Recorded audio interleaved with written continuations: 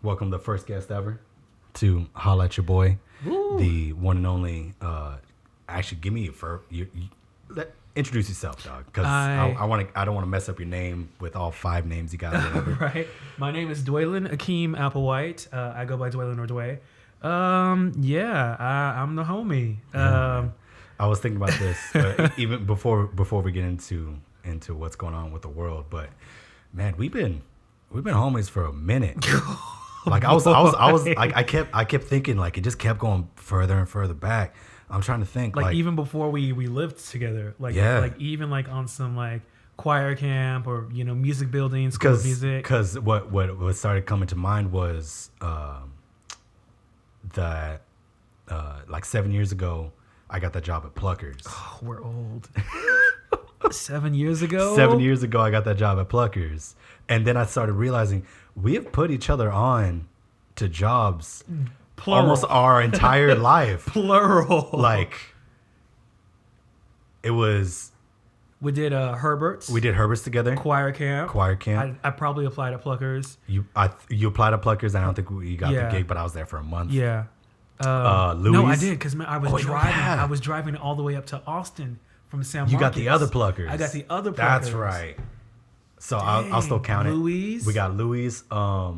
We got those clubs in Austin. Yeah. We got, God dang, dude. We've been running gigs for a long time. Yeah. Gigs. Dude, how long has it been? It's been 7 or 8 years. 7 or 8 years. Did I meet you my freshman year? Probably at some kind of function, some kind of party, some function, kind of right? Way back in the day. Yeah. Actually, no, probably not my freshman year, because my freshman year I didn't really mess with the music building too much. Okay. So I think my sophomore year is when I kind of started getting put onto the music building and what's going on with that life. Find Me Alpha and all those. Yeah. Whew. Everybody professional now. Yeah, that's the thing. Is like I'm very mindful of the things I say. Yeah, I'm not gonna call nobody out, but man, college is an experience. 10 years ago was as it should be. Was it should wild. Be fun. You should be able to enjoy yourself and have those experiences that you tell the kiddies when they're old enough to understand. When we're all boring and wearing business suits. Dude, I still get caught up every now and then. I don't think you get it as much, Evan. Oh, yeah. And as always, boy Evan on the mixer. What up, Evan? He's forever the producer, or until one of us gets a different job, and it's gonna be a sad day. But at the middle school level, were they asking like questions about your life? Oh yeah. Yeah. That's all they have. And just my natural response, like if somebody asks me about my life, like I'm gonna tell you the truth, but then halfway through the sentence, I'm like, we have to filter. We're professionals now. You got to edit yourself. Yeah. And that's my biggest, amongst other things, my biggest issue is just like editing before. Yeah. You have to put that professional filter over, how we say things and how we move in the world now, which is funny to me because you know how we got down. Yeah. That just makes me think of our predecessors and the people that we look up to. I'm like, bro, I know good and well. Certain. I know good and well. Certain that some of those dudes were wilding back in the day. Absolutely. And I would love to see it. I would have loved to see any of my like private lesson instructors. Yeah. My high school band director, bro.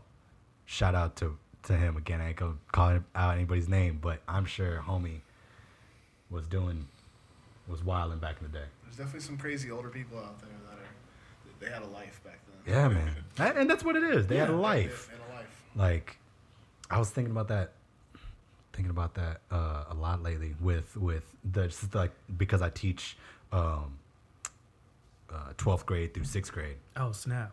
Yeah. So like I kind of like I see the development of the individual, and I'm just like, man. And then you also used to be in 1st grade, and then you were a baby. That's wild. Yeah, you were part of, young adults and future leaders of America, their developmental phase. Yeah. And it's like, we're molding this brilliant generation of people known as, is it Gen Z? Yeah. The Gen Z. Yeah. For the lack of sounding like an old person, Gen Z, like they're gonna really inherit a lot of not so wonderful, but some also wonderful things, and they're really going to be the catalyst for change in this nation. Definitely, yeah. I mean, definitely inheriting a lot of problems, but a lot of those memes are coming up I don't even know where it's from, but I know it's from a movie where the old dude's coming out. He's like, and yeah, he's eating a bowl of he's eating cereal. it. And he's like, We're what gonna you eat got the going on rich. today? Stick it to the man. We're gonna go stick it to the man. That's us We're gonna now, fix man. civil liberties. Awesome, dude. Yeah. Good luck. And that's what it feels like, man. Because these kids are out here putting in work. I know. I mean, I say kids. I mean, we're not far off from it, but No. I mean, out here in Temple, we had a protest. Yeah. Couple weeks ago, right? I think it was. Yeah, it was about 3 weeks ago. Yeah, the second week, and then I know you were part. You actually got to be a part of that Yeah. massive one in Austin. Yeah, Austin has had a few. The one I went to was spearheaded by the Austin Justice Coalition, which is a African American led coalition for peace and prosperity amongst people of color, specifically African Americans, Okay. and really trying to solve issues like police brutality and the gentrification of East Austin. So that's been Austin is a brilliant city if you can afford to live there. If we are going to be completely transparent, I agree with that. there's a lot of rapid gentrification happening in East Austin, which is due to redlining the historically black part of Austin. Yeah, man. So for one, I Yes. never really messed with Austin back in the day. Like I Yeah. would go up there for gigs and for work, but as far as like Yeah, kicking it there, that wasn't me. So, but you've been living there for yeah. I mean that's 4 years? No, three years now. Yeah. So yeah, dog. Tell me what's going on with your city. It's- Or do you claim? no, at this point, I'll claim Austin. I mean, because Okay. like, we were in college, I said come up the road, come Yeah. up I-35 corridor, and do all my dirt. Austin, it's lovely, it's beautiful, but classism runs rampant in the city. The people that tend to really enjoy Austin are the people that are financially secure. That makes sense. Yeah.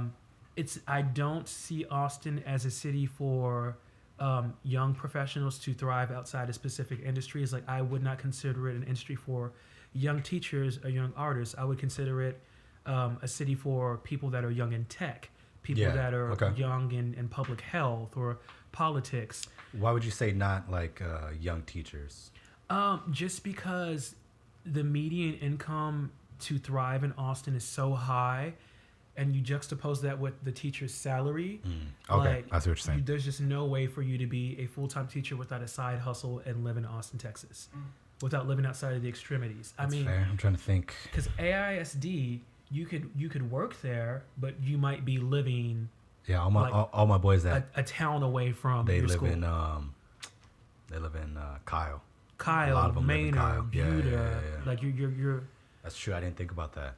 I like the closer you get to the central area of the greater Austin area, the more expensive it is, which is why Yeah. you see ethnic minorities and you see people in lower working classes on the extremities, on the far east or the far south or the far north.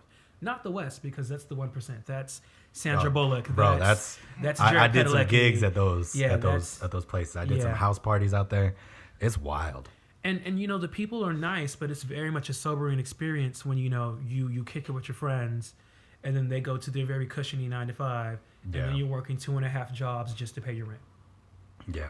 Yeah. Yeah. And then I will say, me living in East Austin, it's very nice because I see people that look like me. Once again, due to the history of redlining and segregation in Austin, I-35 was the dividing line between West privileged Austin and people of color Austin, which was on the east. But Was now, it really? oh, Okay. absolutely. So it was the white people and the white neighborhoods and the white businesses were west of I-35, and to the east you had historically black Austin. But now you have all of these businesses coming in, and it's so lucrative to live in Austin and have a startup in Austin. They're finding these homes and they're flipping them on the east side. Yeah. So that's driving up, the property value. Then by proxy, it's driving up the property taxes. So, generations of families that lived in East Austin could no longer afford to live there, and they're being pushed out. Damn. So they're getting the option, hey, go on your own, or I will offer you a lump sum and we'll buy your home and we'll flip it. Yeah. So it's a progressive city, yes, but is it a city without, its flaws? Absolutely not. I will say this, all that glitters is not gold. People like to think of Austin as this golden city, we're the LA of Texas. Nah, maybe not. And even if we were, as of recent, LA I wouldn't has say some that's a good problems thing. too, Yeah. Every city still has problems. Yeah. So Austin is nice. It is not my end all be all, but I enjoy it for the time being. Yeah. Okay, man. I dig that. Yeah. You know, it's weird because back in the day, like, I don't know. I didn't even think like too much culturally, West Side, East Side, anything like that. Like West Side was just the more upper scale, and then East Side was like the hipster side to me. And again, you know, because the hipsters could afford it. that's that. Okay, that makes now that I'm saying if that you're- out loud, if you're that a makes poor sense. artist, Yeah, chances are you're living in East Austin. that makes sense. But I still have I have these strange views on hipsters. Yeah. Yeah, I think it's well. It's also because just a lot of the ones that I came into contact with, and you know, I don't even say hipsters anymore because I don't want to offend anybody, as far as like what they claim who they are as people. But just a lot of the people, like they kind of force themselves to be Bingo. Because that's that side of thing. You know what I'm saying? Like there's a hipster aesthetic. Yeah. Pardon me. But it's like it's not, you know, this hipster lifestyle of, oh, we're gonna live in a commune or we're gonna do this. I'm like, actually, your parents pay your rent. You drive a Tesla, or a Beamer, or a Mercedes, and or these threads that are supposed to be bohemian. That is like a $600 outfit that you got from Urban Outfitters, because we know how much Urban Outfitters costs, or American Apparel. I think you ever been to Urban Outfitters? I have once, yeah. I've been once as well. Right. Yeah. I was like, because people kept talking about it, and I was like, yeah, I mean, I dig the style. Go through, Yeah, you know, pull it's out cute. a shirt, $80. I was like, all right, I'm gonna go to the Ed store. Y'all have fun. Yeah. Nah, I'm like, oh, that's a nice headscarf. That is a $30 headscarf for less than a foot of fabric. We're gonna pass on that one. yeah, we're straight, dog. Not me. Oh my god. Okay, that makes a lot of sense though. All right, so even with all that being said, you enjoying the time out there? Oh, absolutely. Because for me, growing up in a small city, like I've always been astounded at, you know, the metropolitan feeling. Like there's something very alluring about big cities to me. So, you know, after post grad, when I went to Austin, I was like, oh my God, yeah, I'm waiting and I'm bussing tables and I'm doing these bar gigs on the side, but I'm in a big city and they got skyscrapers. Yeah. And, you know, it makes me think of that montage in all those movies where, you know, the girl's in the city for the first time and she's looking up at the skyscrapers and some kind of golden oldie soundtrack is playing in the background. Yeah, that disillusion of being from that small town where you think that just because you physically are in the city, you made it, but in reality, it's like, no, I'm hustling to just get by. You could have stayed in that small city, and again, I'm not encouraging you stay in the city you grew up in. Yeah. Go out and learn you some stuff, but you know, even San Marcos, you could do one of those jobs and be straight. Oh, absolutely. Like literally, my brother was like, you know, we had a bit of a discussion. He's like, why don't you have a house? I'm like, you do realize that a 2-bedroom, 2.5 bathroom home on East Austin is like $500,000? Jesus Christ, is it really? Absolutely. Yeah, it's just, I don't understand. Like where I'm from, that's an estate sitting on acres, and you probably got what do you think you get out? A rhino and a horse and a flamethrower. I could not, but people do it. People will get these homes and renovate them, and they will be 2-bedroom, 2-bathroom, quarter acre, maybe an eighth of an acre yard. 1,200 square feet. Yeah, and it's like 300,000 plus. I couldn't fathom that. That blows my mind, dude. Like, and that's another reason why I think people are being called to, you know, the extremities.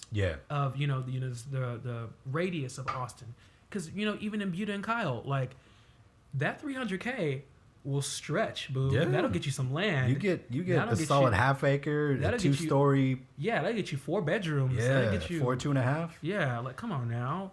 It's silly to me, but I think people do it as a flex. I really do. Sure. I think people do it to keep up with the Joneses. That's the new zeitgeist. That's the culture. It's like and for my culture, if you are a gay man in Austin, you want to flex to be like, oh, I'm living on the east side, or I'm living in that high rise.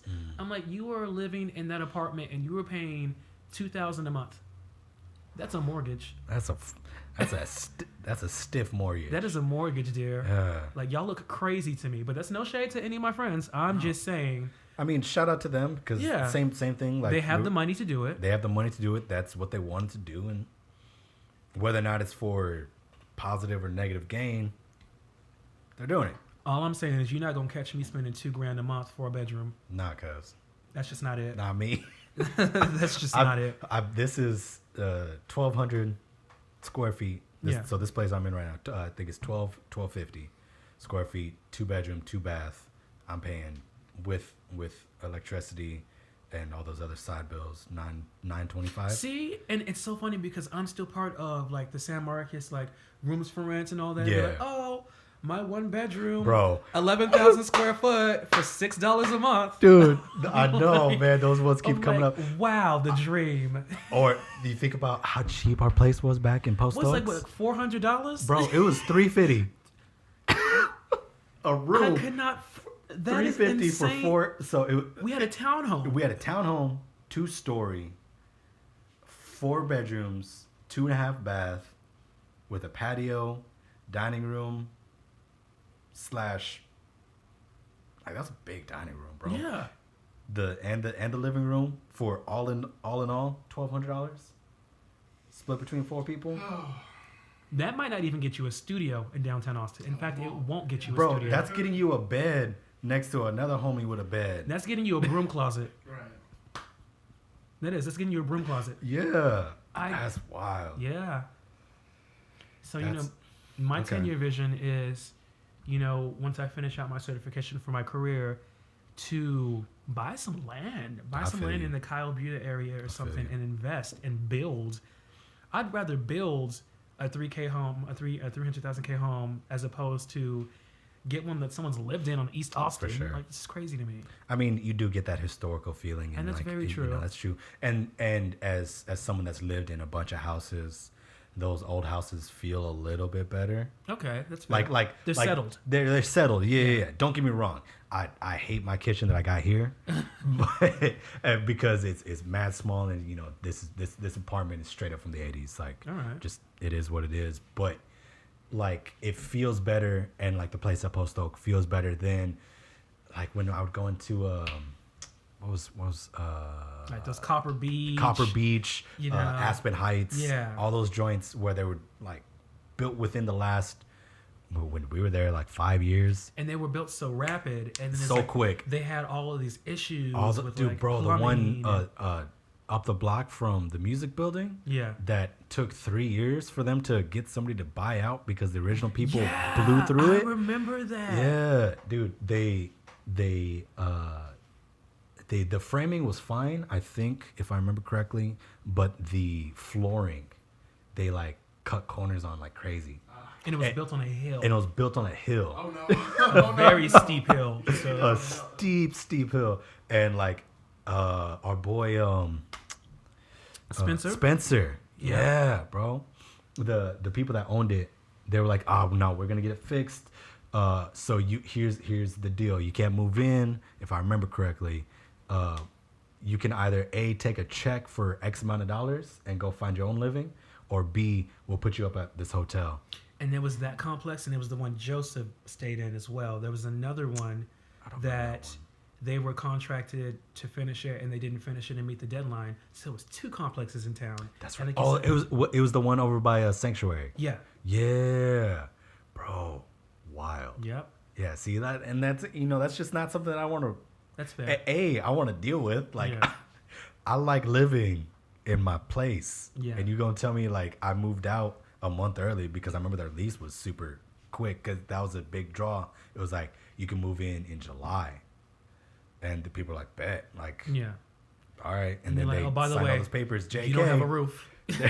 you have no roof. You've got a wall and maybe a sink. Yeah. Maybe. If you're lucky. Maybe, No, yeah. thank you. No, thank you. And then that place just went out of business, and then that place was vacant for a while. Yeah, but anyways. So I feel you though. I definitely want to build my own house. But Yeah. but talking about, I don't even want to say gentrification, but that line, that space, I'll say that space between, because the space between San Antonio and Seguin is no more. Like that's Yeah. that's straight through. Yeah, you might as well just consider Seguin like suburb of San Antonio. It's a suburb of San Antonio. Yeah, like a suburb. But then what's getting thin is the line between Seguin and New Braunfels. That. And then New Braunfels and San Marcos. Yeah. And then, you know what I'm saying? Like we're getting real close to where it's like you're in San Antonio. There's some places in Austin. Yeah, you pretty know much. what I'm It's saying? going to be a like, the next metropolitan hub. Yeah. I don't know where I read, but it's looking like the next big cities, like the next 10 big cities, there's going to be a large chunk of them are going to be in Texas. Really? Yeah. I wouldn't doubt that. I mean, Houston, Yeah. Dallas really banging. And then Austin is just not stopping anytime soon. Nah. Well, so kind of looping back around, I want to ask you about, because back in the day we were both music majors. Mhm. Effectively, I think when I first met you, you were a vocal slash. I think vocal performance, and then I transitioned into the musical theater program. Yeah. And Yeah. then, so I mean, that's what I knew you as. I knew you as this performer, Yeah. killer vocalist. And then I thought you were gonna move to Austin so that way you can like get on that game. Yeah. And then I come to find out that you joined over on the opposite side, and now you're on the tech game. Yeah. What was that decision? How did we get there? Well, it kind of, to echo previous, sentiments and statements, it's one of those things where to be an artist and make it, you have to be in a city where art thrives. That's fair. Art is very monetized in Austin. Like the allure to me about living in Austin was it's quote unquote the live music capital of the world. Yeah. What they don't tell you, it's the live music festival capital of the world. You have South That's by, true. and you have That's ACL, true. and you That's have true. all of these things that are monetized for big names to come in, that it's really hard for local artists to really make it. That's fair. Maybe like a Blues in the Green here or there, but it's very much like it's corporate. I didn't think about that. It's extremely, extremely corporate. So I was like, I'm going to come to Austin. I'm going to start a band. I'm going to do all this. And then I find myself hustling between two restaurants just to make ends meet. And then I can't make art because it's so expensive to live here. And you're just busy and tired. Yeah. And you don't really have an outlet because, once again, all of the art outlets are either politicized or they're monetized. Yeah. So, really hard to get your foot in the door. Yeah. You have to know somebody that knows somebody that knows somebody. Yeah. So for me, the shift, was COVID-19. Fair enough. As as much of the world is dealing with. In fact, all the world is dealing with.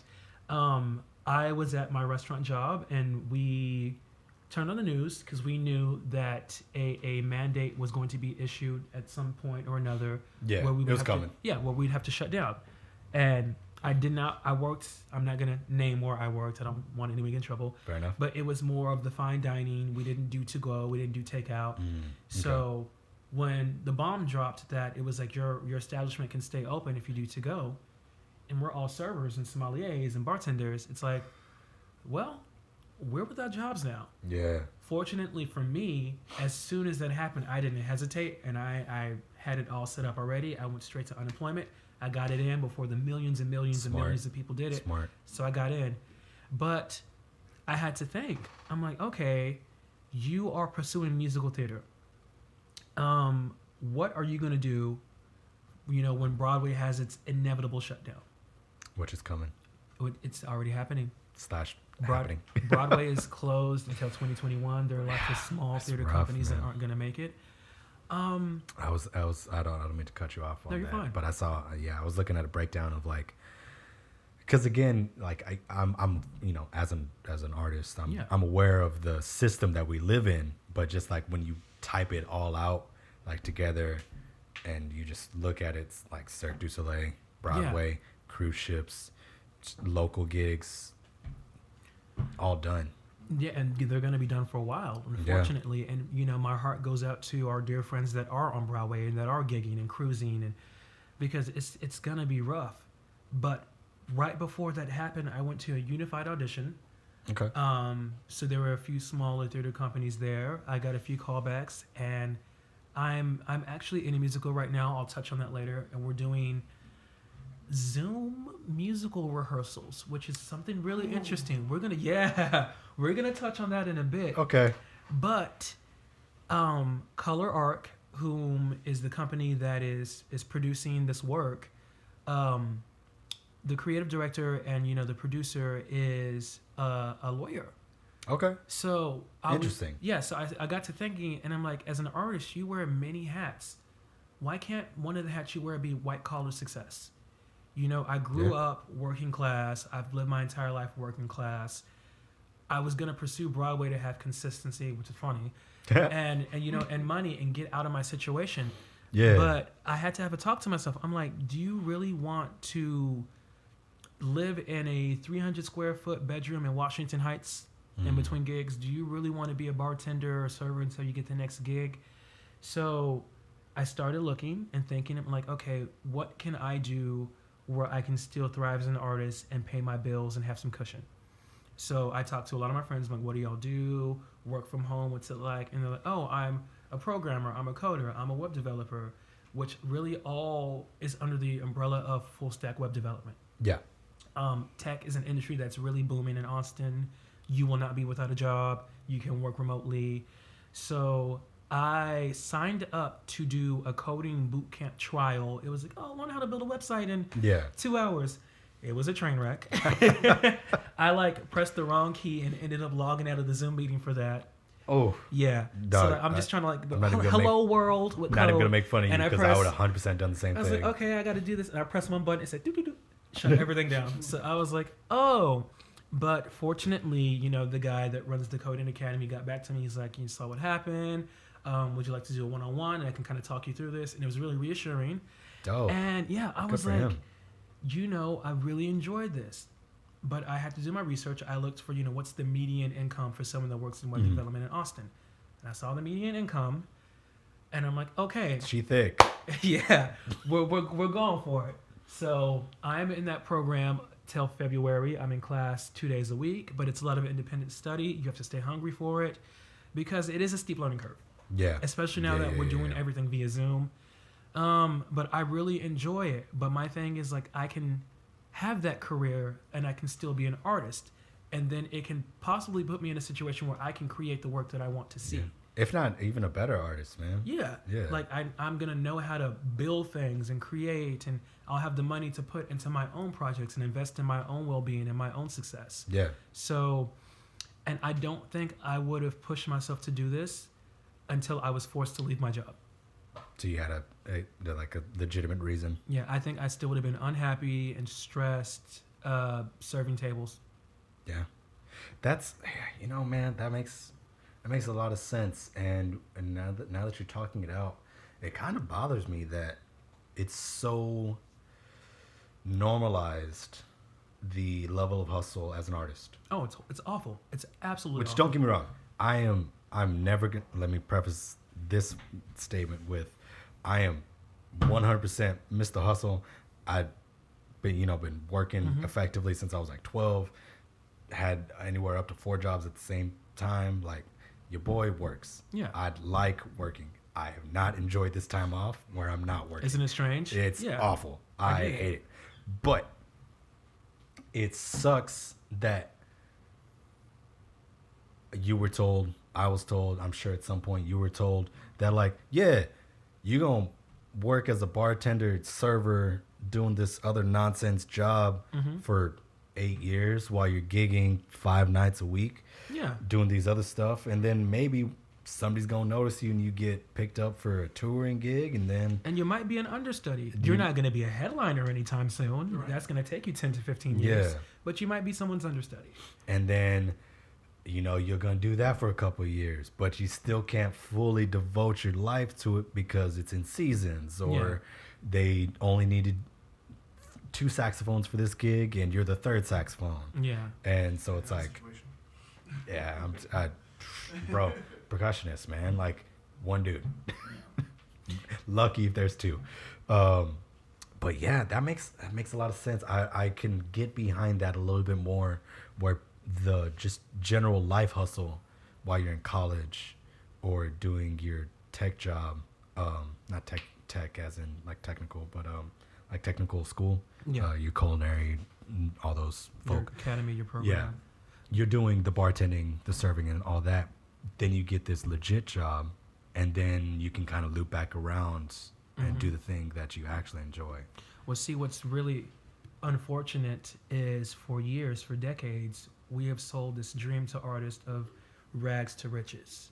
Yeah. You have to, work yourself out of squalor, and then you'll become this big name, or you'll be discovered on one of these shows like X Factor or American Idol, which is not always the case, and definitely then you not the case. tied in those contractual obligations, and you can't make any art or any music. But the rags to riches is a facade. It is. Because the thing is, okay, I might get in trouble for this, but I'm going to say what I'm going to say. People sell this rags to riches in these industries, and they will not tell you that they had rich parents.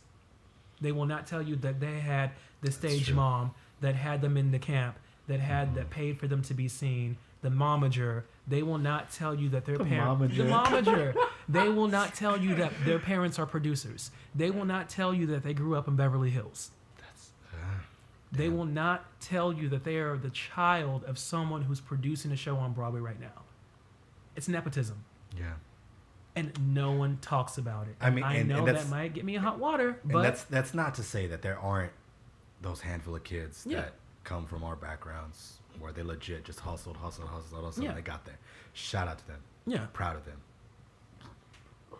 But I think you're right. A vast majority of those cats aren't. Like, it's expensive to go fly out and be seen. Like, even in undergrad, I only did 2 auditions.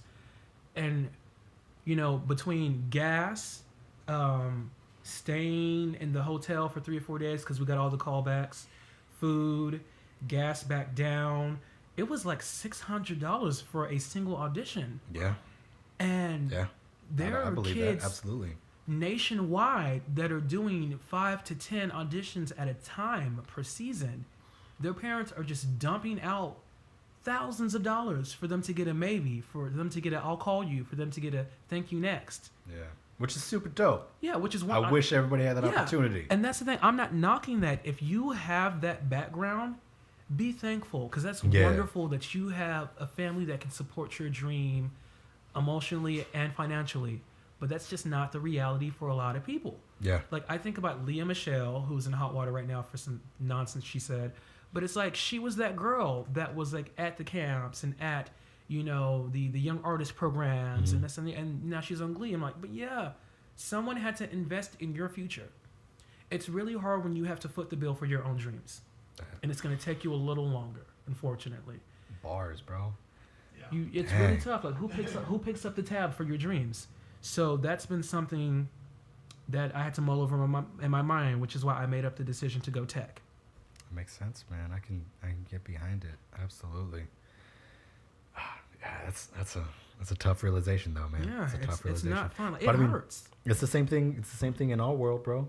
Of drum corps, which, I mean, there's a lot of conversation about that. As whether or not it's actually gonna ever come back. Like that's a reality that's in question. But what you went to a Phantom, BK. Yeah, I went to about 4 camps, and they were all about $800. Yeah. To go to audition. To go to an audition. Who has that? Like, so one of the camps they didn't even take. I went to audition for drum major. They didn't even take anyone. Yeah. At that camp. Like, yeah. And you still have to pay that fee. Still have to pay that fee. And that's why there is. It's not innately. It gets into systemic racism and all that, but I didn't have the opportunity to go audition at those top level drum corps because I couldn't afford that $800 bill. Yeah. I can go to the local circuit. Yeah. Which is dope. That's rent money. Like, come on now. But yeah, $800 that's rent. But I can shell out the $150, $200 to go I can do that. audition for Crossman in San Antonio, Genesis in Austin. But then the problem with that is then it's all this local talent of kids that are talented enough to go to those other places, play with those other groups, but they ain't got the money for it. So they're going to stay local. And then, they're going to get the spot. Rightfully so. I'm not taking anything away from them, but like it gets into this weird cycle where the best groups aren't necessarily getting the best people. They're just getting the best people that could afford to be there. That happens. And that's, you know, Yeah. I don't know where to stand with that, or how to go off of that. But it's tough, man. Because once again, rags to riches is just not a reality for the arts. It's really not. It doesn't even have to necessarily be like Hey, Doug, this let me get experience. this Let me just get a little bit closer to you. But yeah, rags to riches is absolutely a facade, and your experience trying to thrive as an artist is very different when you come from single parent, single income household, first gen college student. There, because you're breaking generational curses. Yeah. For me, my entire collegiate experience was breaking generational curses. Like I had 2 older siblings that went to a JUCO, went to a junior college. They didn't go to a major university like we did. Mm-hmm. So there were so many things that my mother, you know, and my family as a whole did not know how to do. I had to end up being the guinea pig for future generations, for my nieces and nephews. You know, they didn't comprehend the FAFSA thing. They didn't comprehend Sally Mae or Navient and how she's basically gonna like break my kneecaps to get all that money back. Coming for you. Like, shout out to her for chilling Like, out during this pandemic. yeah. Oh my God, dang, man. She coming. But there's so many things as a first gen person of color experiencing in college that really handicapped and hindered my experience in my program, like, and trying to thrive. And, you know, I'm trying to focus on learning monologues and tap and jazz and ballet. And my mom can't even keep her lights on. And I'm trying to figure out how to get money home to, you know, and I should be learning how to do this monologue for A Midsummer's Night's Dream. And then, like, I'm trying to figure out how to pay my bills, but I can't get a job because I don't have a car. And then I got a job and I'm walking across San Marcos to get to my job. And it's like, I couldn't enjoy being in the program of my dreams Because you're worried about other things. There was so much foundation that needed to be set before I took off to college, and it wasn't there. I had to build the foundation for myself as I was building the platform for my dreams. I'm trying to build a house, and I don't have anything for it to stand on. I'm trying to build that foundation and the house at the same time, and it put me into a state of insanity. Absolutely did. I lost my mind. Yeah, man, it's tough. It was definitely a tough go. Just watching you go through that, man. Man. That's what sucked is because, like, I'm just naturally, like, I just want to be someone that, like, helps people out and gives people those opportunities for them to do good. But I'm you gotta hustle too. You gotta get it too. Doing the same thing. I'm like, I could take you to work, but I'm going to San Antonio to go teach at the school. I'm not getting paid for it, so I don't. But I can't pick you up. Yeah, it was rough. Yeah, man, We started to touch on being first gen and generational wealth. Yeah. I just go there. Generational. Yeah. The issues. Well, so I mean that's a decent segue to talk about your history, your family history. Yeah. In Seguin. So, as far as I know, and it's not much. Just the things that you shared a couple times that like. What, 4 or 5 generations back? Yeah, I think my great, a few greats grandfather was a slave that was brought here with his siblings from Virginia, but with a man by the name of Hiram Wilson. So, Okay. you know, the Wilson family has been in Seguin for hundreds of years, for generations, and to the extent to where my family reunions are 600 plus deep. Like my roots run very, very deep in Seguin, Texas. And it's funny because there's so much that used to belong to my family that, you know, through means of, you know, swindling newly freed African Americans has been taken from us. Mm-hmm. But we still have, you know, our pottery sites and, you know, our place in the Texas history books and whatnots. But yeah, my Texas roots run deep. Yeah, my ancestors had to, you know, make pottery and, you know, be in shackles in order for me to sit here. But the work is not done. I have to be the one that's to break the further curses, generational curses. Like I have to be the one to creates the first generation of generational wealth, Yeah. which is really, really hard. Yeah. Very stressful. It's not without its demons. But yeah, I have to be the ones to set up success for the next generations, and then the generations after them, and after them, and after them. Yeah. Going to college, getting a secondary certification in tech and being successful. But it's not like I have a helping hand. There are so many lessons I have to learn on my own because I'm the first person to do it, and that's extremely taxing. Yeah. Yeah, man. I feel you. It's. I mean, just on the simple basis of like not having somebody to ask about how to fill out that FAFSA. Financial literacy. Financial my literacy. God. God bless. Financial literacy is so important, y'all.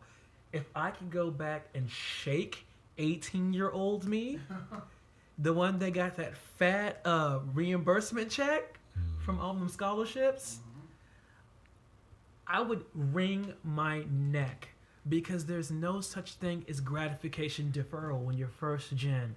You get that money and you want to feel good immediately. Hell You want to yeah. hit the outlets. Yeah, you bought your books. Yeah, your dorm is paid for, but you want to get that nice. Let's go clean up these rags, man. Yeah, let's get something nice. Let's get that new bed set. Let's get Go them buy new, some Tim's. them Sperry's, them Timbs, them. I was hitting Aeropostale, Hollister, Abercrombie and Fitch. Like I was, because there was no sense of gratification deferral. It's something that I learned in sociology. It's for people that are in lower socioeconomic classes. It's because you work so hard without the immediate payoff. When you get means to immediate payoff, you want it instant. Yeah. You want instant gratification. There is no deferral. There's no investment, because no one invests around you. Everyone works and works and works, paycheck to paycheck to paycheck. You So work, when you you spend. get- You work, you spend. And the same thing that happened to my brothers happened to me. Fortunately for me, I woke up one day, I was like, oh, I got to pay for them classes. Yeah. But it's like they went to school and they had J's and they had throwback jerseys and they had the new PS2 and they were living. I'm like, and they stayed in college for a semester apiece. Damn. And I'm like, but that's the thing. Like when you grow up in a lower socioeconomic standing, you don't know how to put off those means. Yeah. You don't know how to put off those funds. Like, well, let's invest this for summer school. So, let's put a little something down on these loans that are going to incur interest. Yeah. Start paying them back as a Yeah. minute, so that way Yeah. you're not having to pay for more But- when you get out. But I had the Sperry's. I had the Hell boat yeah. shoes with no boat. No boat coming soon. Yeah, but boy, I had them Sperry's in 3 colors. Yeah, Oh, it's man. definitely like a mindset that you get is like the mindset you have before is, I get money, I'm gonna go ahead and spend the money. Yeah. But whenever you have to change that mindset that we have of we're gonna spend it, no, we're gonna save it. We're gonna save it for later. Yeah. Yeah. That's a really hard thing that a lot of people of color haven't gotten recently. Yeah, because it's tied to classism and it's Right. tied to systemic racism and oppression. Right. Like I said, with the nepotism thing, Yeah. like those families that come from generations of wealth keep it within the family to the extent to where they will not date outside of their socioeconomic class. They want to know, you're bringing this person home, what do their parents do? What do their parents do? What do they drive? And which is kind of gross to me. That's not something I would ever want to do. That's such. There's so many better things Yeah. to base a person off of than. But where do we find that balance between the lack of gratification deferral and this, this thing where they covet gratification so much that they keep it amongst themselves and they don't associate with anyone outside of their socioeconomic class? Where do we find that fine line? Shoot. I wish I had the answers. I wish I did, man. If you have the answers, please let us know. Come through. Let us know. Teach all the people of color. Yeah. Shout out But to financial literacy, man, that is something that I think needs to be taught even in the K through 12 level. bro. Yeah. Before we get to college, before you get that tuition refund. Yeah, dude. Well, and you know what's weird is that I feel like our families, to an extent, thought they taught us. Yeah. To an extent. Follow me here. Meaning that it's like, you want some, get yourself a job. And that is what it is. I like you. I've been working since the age of 15. I got taught how to work. Yeah. I never got taught how to invest or how to save. Nope. No one ever taught me how. They taught me how to work my hands to the bone. There was one point in undergrad I had 3 jobs. Yeah, buddy. No one ever told me how to save, how to invest. No one. And then what was even worse was I was illiterate with the money, but Yeah. then B was working those 4 jobs. Yeah, so we I didn't knew have nothing to pay for it. We so, just, so I had the money. yeah. So then when somebody's like, "Hey, let's go ball out real quick," bet. Yeah, Like- because there's no gratification deferral. You Yeah. worked all those jobs. You wanted to feel good. I want to feel good, and plus I know, like, bro, I could spend $100 at a night at the club. But you could And also then- invest that in some stock. Yeah, I could, But we didn't. but we didn't know the mindset was like, "What's $100 a night? I'll make Yeah, I'll make that 150. again. I'll make Yeah. 150 tomorrow." Yeah, that was my thing. I was like, oh, I'm gonna ball out because I'm gonna go work these jobs and I'm gonna hustle with these gigs and I'm gonna get it right back. Yeah, But it's like you're not saving because you're spending and you're earning at the same time. So it's kind of like, yeah, I made that 150. I spent that 150. Yeah. I made that 150. I spent that 150, and I'm not putting anything in my savings. yeah. And even now, man, I didn't know. Like, my parents always had a savings, but I need to talk to my parents a little bit more about them raising me. But like they, and I don't mean that in a bad thing. They did a lot of good stuff. But like, didn't grow up. I grew up military, middle class. You know what I'm Okay. saying? So just very like straightforward. Like, my dad was in the military, so he got his check every month. My mom was doing jobs here and there because we were having to move every couple of years. Yeah. But I've been thinking back on this, and I've been talking to Evan about it a couple times, but I can't gauge how poor we were. See, Because and that's my interesting. mom was just real good at like Yeah. hiding it, and my go-to like example of it is Christmas. Yeah. How many gifts you get? I don't remember. Did it just kind of vary? Yeah, because I'll tell you my situation growing up after you have yours. All right. Mine kind of varied. Yeah. Okay, so what about you, Evan? I got like 2, maybe 1, 2, maybe 1. depending on the size of the gift. Gotcha. Yeah. So I grew up. My mom, like, when we were real young, she would take us to church. So I didn't grow up in the church, but Yeah. church adjacent, Yeah, if I you feel will. that. So I like, feel I that. knew about it. So Christmas, you know how many presents I got? 3. You know how many presents Jesus got? 3. 3. You better than Jesus? No, you ain't. 3 presents. Okay. So you get 3 presents, Okay. and then we would get like the stockings, with, Yeah. like little things here and there, Yeah, and little then trinkets. me and my sister would a lot of times get like a Santa Claus gift, and that was like a big one. Like, one year was like, trampoline. I remember one year was one of those arcade basketball games. Okay. Like not the I was like, okay, you put Santa better flex. not the gangster ones that you find in the bars. It's like the plastic Okay. with the mesh and Yeah. instead of like the metal frames and stuff like that. But I will tell you, that is why my go-to game at the arcade is a basketball game, because I grew up doing My hand-eye coordination is terrible, even though I play bro. sports. I That's I later. put it away. On a side note, that's what blew Yeah, my we'll mind get there when, later. when I found out The you did journey. football. All right, but so what was your deal with Christmas? It was really interesting because we were, from the jump, early 90s, we were dirt poor. And then my mom had the same job for most of her life. My mom got pregnant at the age of 18. Our parents and our grandparents said, oh, get a job. Yeah. Get a job. So she had to work.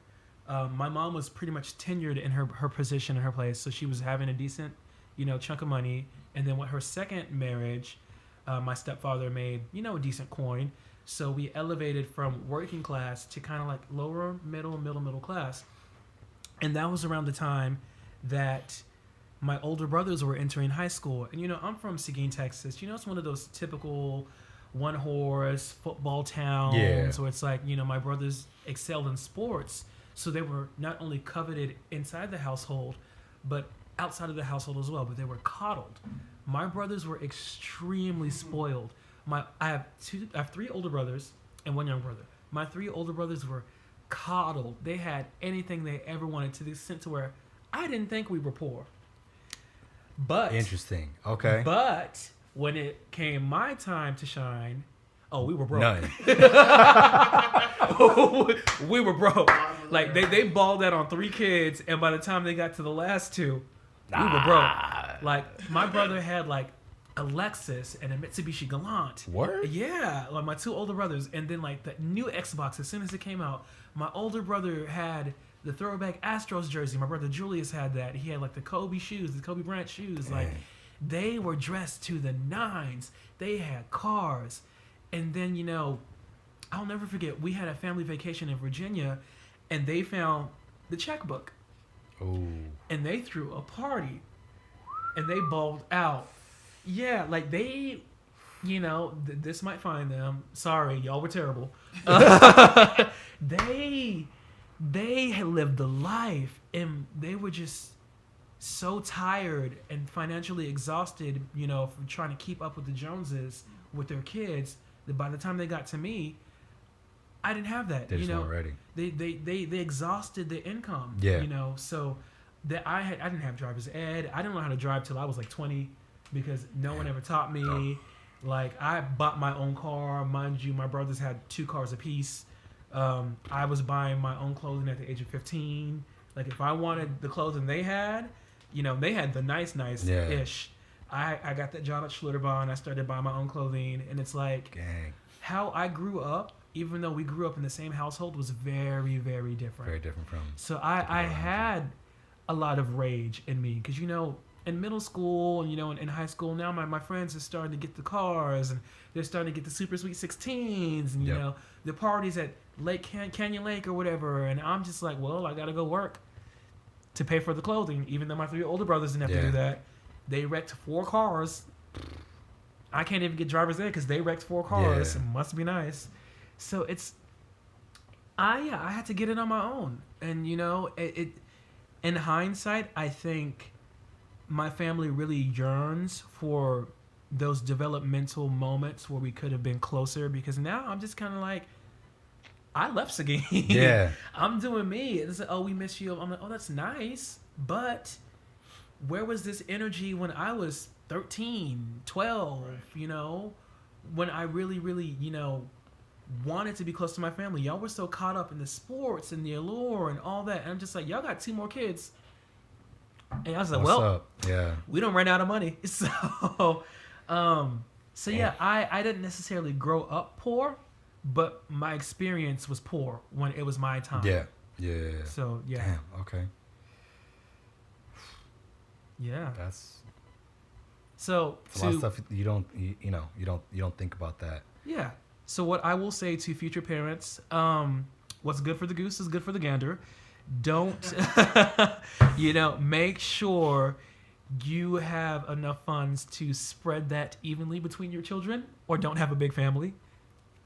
Sorry. I'm gonna go with the latter. Yeah, I think where we're at generationally, I think a lot of people are more on the latter side of things. Yeah. Just like, bro, I could barely afford to pay for my own stuff. Right, I ain't trying to have everyone's no getting kid. dogs and plants. Like, Yeah. like my succulent garden's about to be lit. Bro, I got that Christmas tree. That's all I got.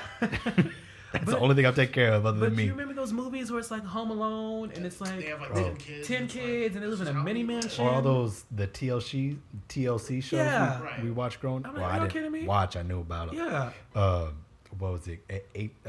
18 plus or 18 Johnny 18 Cake, and counting? yeah, and then Johnny Cake Plus 8 Right. and like Octomom and all the oh shows. my gosh, yeah, bro, wild.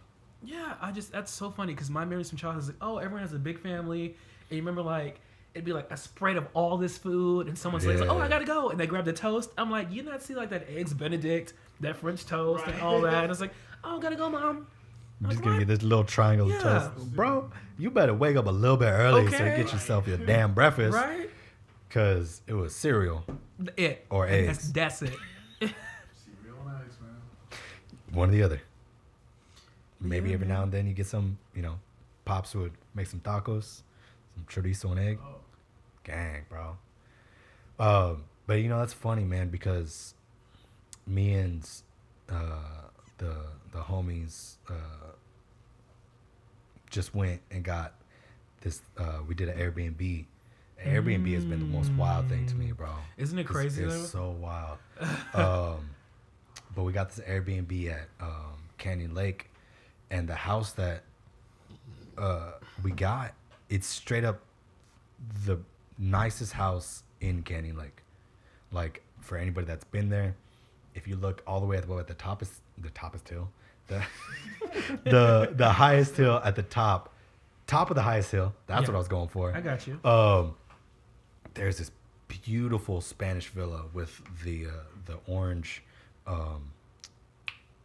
ceramic tiles on top. Okay. Gorgeous. I'm talking about, it's like a 3-4 story house, big ass, everything. Mm-hmm. And me and my boys, we just like, we had to keep reminding ourselves that, like, hey, look out over there, bro. Like, because we were just chilling in the pool, hanging out, kicking it, and then like every now and then you get reminded to look out like over the entirety of Canyon Lake. It's just like, damn, dude, our parents didn't get to do this. No. Mm-mm. And it's really dope that we get to, but we're not really there. No. We're renting the effectively, like, would call it the maid's quarters. Damn. Because it was a 1-bedroom, living room, kitchen, 1 bathroom. Like, that was it. Don't get me wrong, it's still nice as hell. It's still nicer than this entire apartment. But like, it was below the house. Like, so you'd walk in, you'd walk out and around. There's the pool, like on your right. Here's the patio on the left that went for days. And then you just keep walking. And then you walk down another pair of stairs. And then tucked away in the corner underneath the house is where we were staying. Again, I ain't tripping on it. It was super nice and it was mad cheap. Yeah. Like, but even then, like, we're not there. Yeah, I mean, those are homes, and once again, to echo things we said before, those homes can only come from generational wealth. Yeah. They really can. Yeah. They're like, that's something that's part of someone's inheritance of land, of an insurance policy, of, and that's another thing. Let me drop a little knowledge for my people of color. Don't sell Granny's house. Don't sell Granny's house. Don't sell that land. Keep that land in the family. That's real. Please don't do that. Like, That's real. come on, because that's gonna be worth something to somebody. Like that's something that really. If it's worth something to somebody now, Yeah, it's gonna be worth more in 5, more in 10. Yeah. Just hold out, bro. My family has had properties, has had a molasses mill, has had so much that the later generations could inherit that they did not hold on to. Damn. And I'm just like, They sold off to get that quick buck because Yeah. they needed something I'm like, right come then. on now. Like, there was a whole plot of just like acres in Old Seguin that used to be my family's that gets smaller and smaller Word. and smaller over time. Damn. They just keep selling out the edges. Or just not paying property taxes in foreclosure. That'll get you. I really hope my family don't find this. I mean, it's But it's rough. out I there. mean, It's out there. my It's the family truth. went through the same thing. My pops bought land in Floresville. All right. When I can't remember the timeline off the top of my head, but he had bought land. He bought like 5 acres, mad cheap, and he was like, "All right, man, I'm gonna hold on to it." Market crashed. Sold it. Had to sell it. Had to get rid of it. I think he did. I think he might have gotten even money on it, at best. But like, the goal was for him. Like he saw it. He was like, "All right, bro. Like we're moving to Texas. This land's mad cheap. Mm-hmm. Let's get that taken. Like let's get a plot of land so we have some." And then it just didn't work out. And that's the problem, bro. Is the generational wealth doesn't occur because this generation didn't have it, and even if you try to make it happen, you ain't got enough backup to where if it falls through, Yeah, that's absolutely. you can't redo it, and then you just lost 10 grand, 20 grand, Yeah. and then it's like, you how do you explain that to Granny, Yeah. who's like, "What you mean you dumbass lost 20K? Why didn't you buy a house? I mean, excuse me, why didn't you buy a car? I was gonna buy this land so that way." So you didn't even have money to pay for a house. You were just gonna buy for something that maybe happens later. Dumb. Yeah. But that's that's kind of the area in which we grew up in. We don't get taught, like you were saying, the financial literacy. Yeah. And then we don't get taught the importance of investment, Yeah. the risks and gains of doing so. So it's like, And there's no fallback too. There's like no you said, fallback. you're trying to break that curse, and you're trying to do something that's going to incur wealth, that's going to appreciate in value, but you're also gambling. Like you said, like the market crash. Well, what can you do? Like something I'm really trying now is I'm not balling outrageous, but if I have $50 to $100, I'm buying small pieces of stock. a word? Yeah, like I think You too? Yeah. I have some small I need to do shares of that. Damn. Sony. I have some small shares of Zoom. Zoom is doing really great right now. Damn. Could you imagine some cat that Boy, that had got it boy, even just in My- February? it's ridiculous. Every time it closes, like Zoom has only appreciated. Like, and even the small little bit of Zoom that I've bought is like it's still appreciating. It's still Is appreciating. it really? Damn, Yeah. son. So I'm learning. That's another facet of financial literacy is how to invest. Yeah, I don't know. So- I still don't know. See, I got a savings. yeah, I got mad paper in savings compared to my entirety of the life. I think I got more in savings right now than I did probably over the five first years of college. no, I feel that. So yeah, so there's so many caveats and there's so many facets of financial literacy that we're going to continue to learn. Yeah. That we have to teach ourselves. And we're fortunate to live in this age of podcasts and vlogging and blogging because we have access to that information, which generations before us didn't. Didn't have it. Yeah. But yeah, it's a self-taught process. But yeah, I'm taking $50 here and I'll put that in the market. I'll follow the trend. I'll see what's really doing really well right now. Oh, this isn't doing well. I'll kind of sell one of my shares up here and I'll invest that elsewhere. Yeah. But it's a whole thing. See, I'm so illiterate with the stock market that it's just like the idea. Like I don't even know where to put, like, even if I wanted, like, I got $500. Yeah. Where, like, physically, who do I Yeah. give it to? Yeah. Like, who do I put it in my bank card? Do I sign up for something? You know what I'm saying? Like, wonderful apps now too. Like there's Acorn, there's Robinhood. I use Robinhood. I've heard about both those, but Oh. again, I Oh, yeah, I that's a haven't lot. taken my time to figure it out. But sometimes like you really got to know what you're doing because like AMC, which is in the movie theater company, Yeah. is going under. And word on the street was Amazon's going to buy it. Me like, ooh, I'm going to get $200 worth of stock and get an AMC.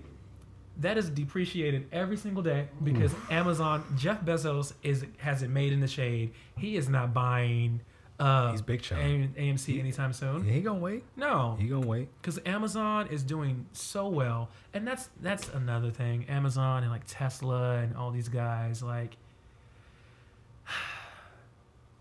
they make so much money off of so many people's profit. Like people that work in those warehouses could be making bank.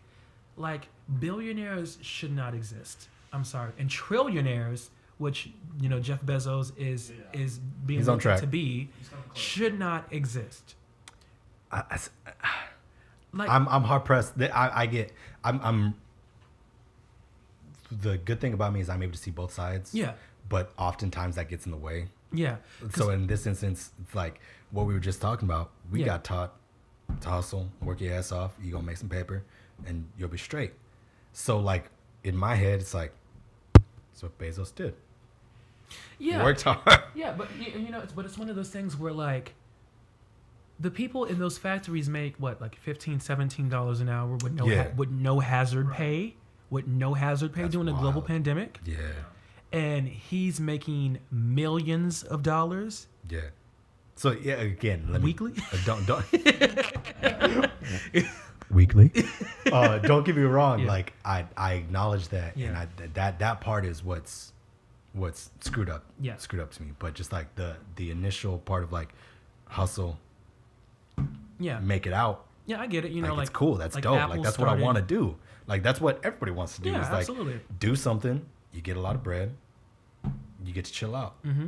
But then when you find out things about the zero hazard pay or The tax cuts. the And, you tax know, cuts how- or the where they're on time, they're like the people in the warehouse, if I'm not mistaken, are being timed.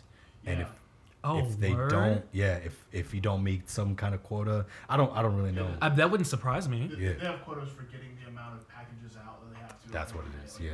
And if you're not doing a certain amount of work, like every hour, they get onto you, like, hey, you need to move it faster. So that is a contemporary sweatshop.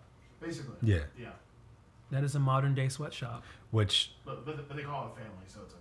Oh yeah. Give them a pizza party. Yeah, Because you know, right. pizza Right. parties, really fix everything in the workplace. bro, yeah. What you talking about? I was always excited. I never got to enjoy one. That's probably why I didn't last at any of those jobs. Stay long enough for the pizza party. Hey, bro, yeah. The one time I almost got it at Herbert's. What? The Christmas party, bro. Oh, that's right. What didn't like both of our cars break down? Yeah. Yep, absolutely.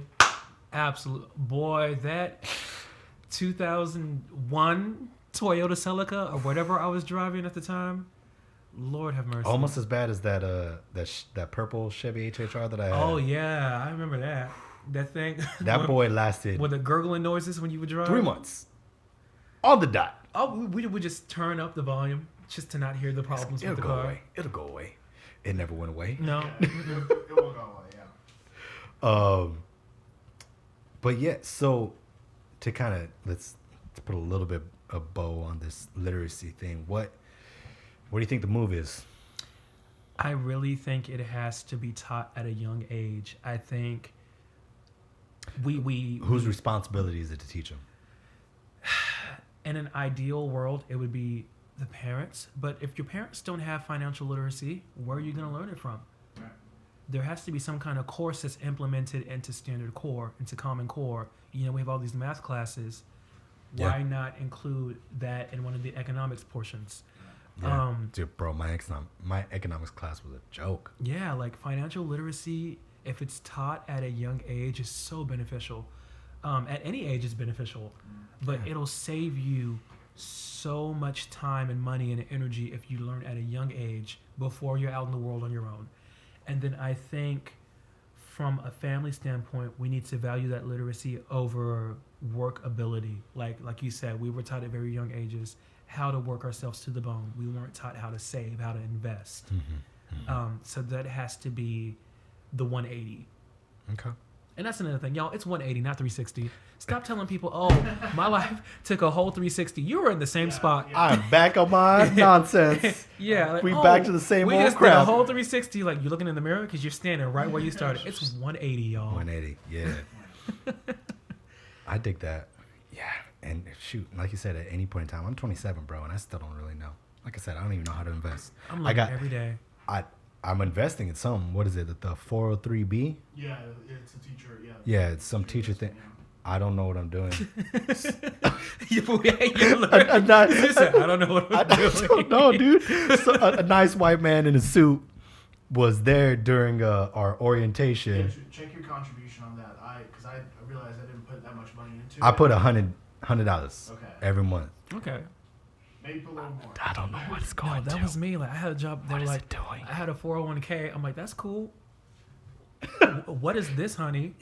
Yeah, like again, things that we didn't know. heard about Yeah. when we were young, but it's to me, I heard it on those TV shows of Yeah. those business dudes. I I'm mean, like, the rich guy in the suit. well, I ain't the going 401k. to be a businessman, so I ain't Yeah. got to worry about a 401k. Yeah. To me, that should have been economics class. See? Was going over going over your different investment plans and like what to do, like when you get a job, like Yeah, what's your money gonna do?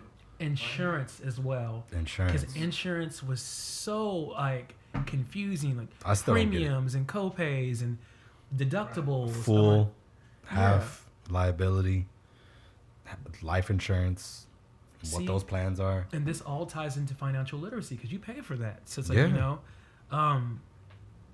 yeah, we really, really have to do better as a nation teaching our youth these things that are really, really, really going to be important when they leave the home. And that's and that's another thing. Culturally, telling your kids to leave the home at 18 and they're not prepared. I left the house when I was 16. I was like, I'm going to San Marcos. Bye. Yeah. So I'm like, I was hot to leave at 18, bro. and I saw something that I really agree with. You know, one of my cousins shared this on Facebook. She's like, my daughters aren't leaving the home until their credit score is 850. I'm like, I couldn't. That's creating that wealth. I mean, Yeah. But that's you create a real. wealthy person just now. I mean, I'm like, no one talks to me about credit ever. I'm learning that now. No one talks Yep. to me about like APRs on cars. Oof. That's still getting, bro. See, I had to trade mine in for a low. Yeah. Boy, I had this souped up, nice, like windows tinted red car, black bow tie rims. My APR was like 8.9. Yeah. So once I learned that, I'm like, we're gonna trade this in. Bro, I need to get rid of mine right now, man, because I didn't realize I've had that boy for 4 years now. And you're I still think. paying on it. Still paying it. See? I got half. It was $8,000. I'm Mhm. at Oh, $4,000. wow. $200 a month. See, That math don't work. mm-mm. Nope. That's math don't work. That's that Sally Mae math. That's that Sally Mae math. You gonna spend so $200 like You should have paid that off by now. should have paid it off by now. Yeah. Car should be paid off. But here we are, $4,000 still. Yeah, But you know, it is what it it's is. the Sally Mae math. It is what it is. Yeah, no one APRs, and no one talks to you about that. No one talks. I to can't you even. But I mean, I can't even be mad about the APR because it goes back further. I didn't know anything about credit, so I didn't have any credit. So then when I went to when that Chevy went under, Mm-hmm. I just had like the only person I could get a car from was the homies at Honda, Mm-hmm. and my boy, he was like, it's legit, bro. This is all I got for you. Yeah. And I was like, bet, thanks, dog. Like I had to appreciate him Yeah. for making it work for me. But now here we are 4 years later, and I still got chingos of dollars. You got a few grand more to Yeah. pay. Yeah, it's something. Yeah, and because my mom doesn't even own a car. My mom doesn't drive. So Damn, that's another thing. still. I'm the first person. Yeah, I'm the first one to be driving. Like, So, isn't it crazy? Like, I mean, my siblings, they had cars, but we see what they did with those. But yeah, these are things that we have to be the first generation of people learn. I bet when you have little Bonias, I'm like, hey, let's talk about these cars. Let's talk about it. Let's talk about investing. Let's talk about it. Let's talk about your first car. Let's talk about, your credit score. Let's talk about, college plans. And that's another thing. We value higher education more than we value trade or skill set. oh, absolutely. Because if and that was my thing, I was like, oh, I'm not going to go to ACC. What? I got into Bro. UNT. yeah, I got into so Texas like ACC. I talked ACC is mad musty. mad mess about what was it called? Northwest Vista. See, That yeah, was the I'm like, local ooh, I'm joint. not doing that. Yeah. That stank. Like, what? I got into a university. You kidding me? I got into UNT is a D1, even though their team suck. But and in hindsight, I'm like, Damn. man, I should have did all my basics there. Hell yeah, man. That's another thing, kids. Like, do not sleep on the JUCOs. Do not sleep on the community college. Do not sleep on the trade schools. Don't do it, y'all. Yeah. And you know what? And Some of those kids making $80K out of a trade school. yeah, no, that's real. Like straight up, yeah. Right. Like a lot of the homies that went into welding, Be driving, an electrician. An electrician. Make so much. Stupid so money. much money. But damn, what was I about to say? I forgot. Trying to thought. We're talking about sleeping on like the junior colleges and like the community colleges and you I know. got nothing. But yeah, That's long gone. But But yeah, I think I was just trying to make it a point to where it goes back and forth though. It does. It does go back and forth because my distaste for the community college in San Antonio wasn't necessarily just like it's raggedy. Like no, I saw people that graduated my freshman year I feel that. that are still there. So what you talking about? A 2-year college when it's been You 4, in your doctorate. You in grad school? it's like, Visa grad school? what are we doing here, folks? Like Yeah. so that's why I was like, bro, Yeah. like the only way I'm gonna go through college is if I go to a legit university. Yeah. Now I was blessed to have that wouldn't have happened. It might have happened, but I would have been deep in the valley. Oh, I was fixing to go to Come on, Dwaylan. yeah, I was fixing to go to UTRGV, and I was about to be the only brown kid that couldn't speak Spanish, and it oh would have been snap. struggle. Oh snap. But shout out to my pops for being in the military. Got the military I know which one you're talking funding. about. Yeah. I forgot what it's called, but GI Bill? Yeah. not the Not GI Bill, because he used the GI Bill. Oh, okay. But But there's something else for like Hazelwood. children. Yeah, okay. Hazelwood, where it was, and this is where it gets dicey for me, and why it took me so long to get through college is that tuition assistance only covers like the university, like that. That's it. Mm-hmm. You get to be there for free. Yeah. We ain't gonna pay for your books. We ain't gonna pay for living, none. But you could be here. Yeah. We got you. And that's where all my loans came from, is because had I had a regular degree, had I got like a business degree or something like that, I could have got a regular job. But here I am being a music major. I can't do anything during marching season except teach other groups. So I'm getting chunks of change, but it's at the end of the month, beginning of the month. So it just doesn't work out. And that's why, 6.5 years later, Yeah. I finally get out. That's what I was saying. Boy, could you imagine if we would have actually got out of school on time? Think about where you were at 22. Boy, I mean, I don't even know who that person is anymore. Like, Him, he actually got out of school on time, and luckily he grew up in a situation where. Right, yeah. I was fortunate enough to like grow up and like doing like AP classes and all that See? stuff. So he was taught well. He was taught how to function properly. yeah, like, And I'm not trying to take that away from any of the teachers that I had. I had some solid teachers. Shout out to Kate Hodgson, Bridget Bedoya. Those are the only two I remember. I'm not gonna lie. They're my band directors. Yeah. But at stock, they were my English teachers, and everybody got that English teacher that yeah. touched their life or whatever. But yeah, 22. I was a mess, bro. Yeah, my mind frame at 22 was just, I don't think I was a mature adult yet. I think, Hell no. I'm barely mature now. period. Okay, we talk about it. Me too, because I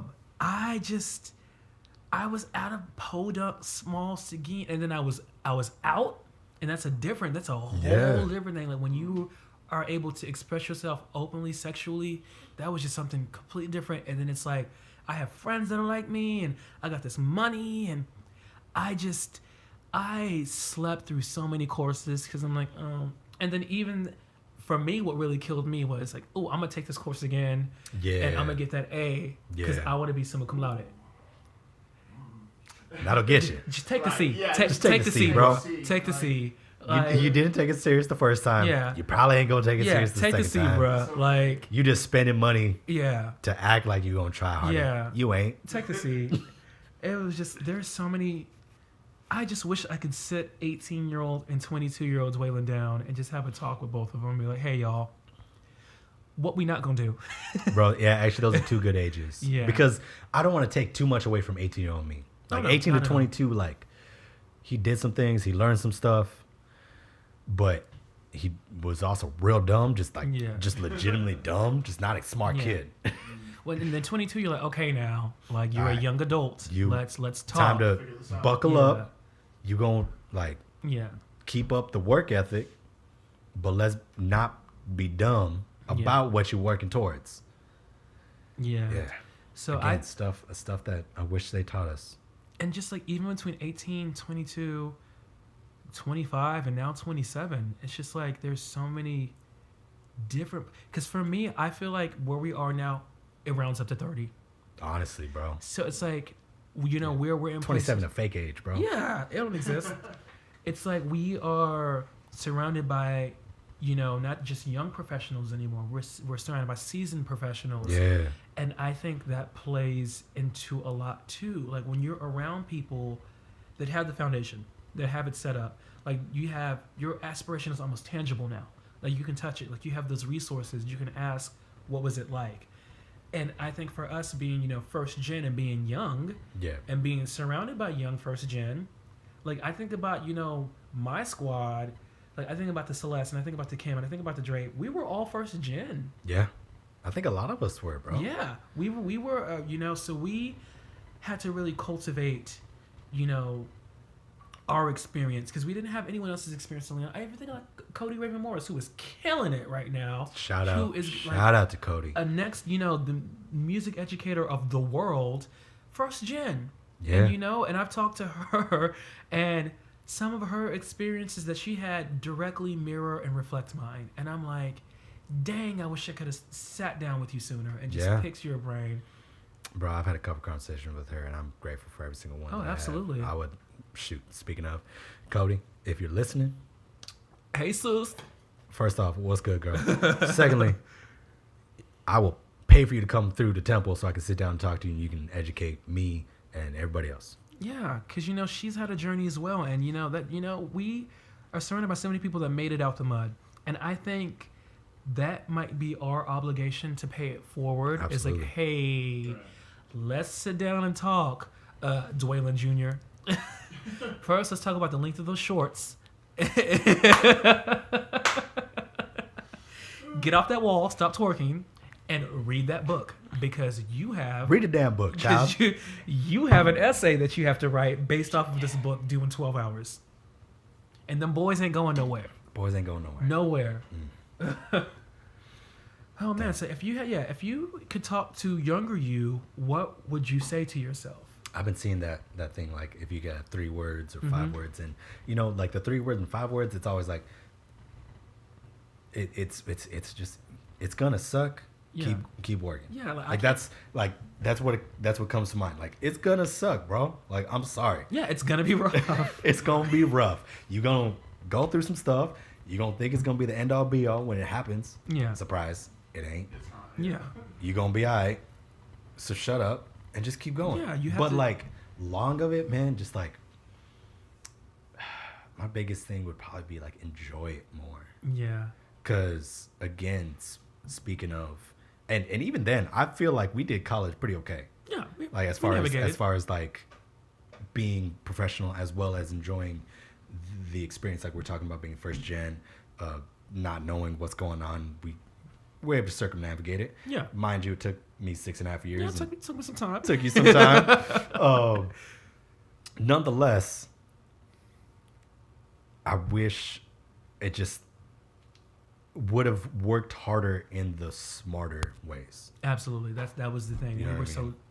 and that goes back to how we were conditioned. We were taught to work hard because we didn't know how to work smart. Yeah. That's just how we were conditioned. I still barely know how to practice my instrument. Oh my God, I haven't had a voice lesson in 6 years. I probably sound like DMX. I don't even...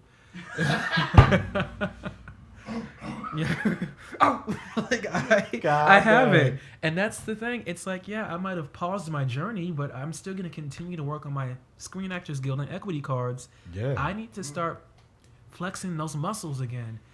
But yeah, it's been a journey, man. What about you? What would you say to little homie? It's funny because I'm childish, and I saw that as a what are your words? I was like, 3 words, swing on hoes. But I'm like, they say so? Yeah, smack them. Still Dwaylan at the end of the day. They gonna deserve it. Because I can't condense it to 3 words, but it was very much in the same vein as yours. So it's not going to be easy. I don't believe in you're in for a rude awakening, because the awakening doesn't have to be rude. It can be, it could hurt, it can be unfortunate, but it doesn't have to be a slap in the face. I would say, young Dwaylan, you are in for multiple awakenings. You're gonna at 18, you're gonna own your truth, and live deliberately in the world as a homosexual male. Furthermore, as a black male, a black homosexual male, you're gonna be caught between a rock and a hard place. That is not easy.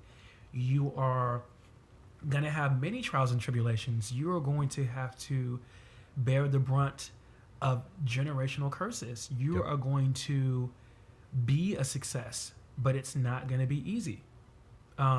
It's not going to be easy as the people around you. And that was the thing. Like, we did have those friends that had, the mommy and daddy money that had, didn't have to work in college because everything was paid for. So they could just focus on their academic, success.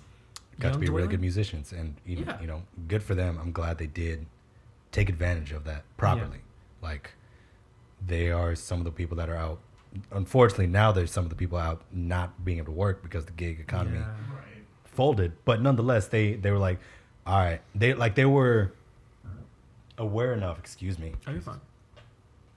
They were aware enough of the situation, knowing that like I have it a little bit better than the people around me. Mm-hmm. I'm gonna take advantage of that. Yeah, don't be stupid about that. Don't be stupid about your privilege. Yeah, don't. Yeah. But yeah, young Dwaylan, it's gonna be rough, man. It's gonna be real rough, but it's gonna be good too. It's gonna be good, it's man. Gonna be and this is what I tell people, like it's and legitimately, like I don't feel like I have any regrets in life. Mm-hmm. I don't. Some things that I wish I'd have done a little differently.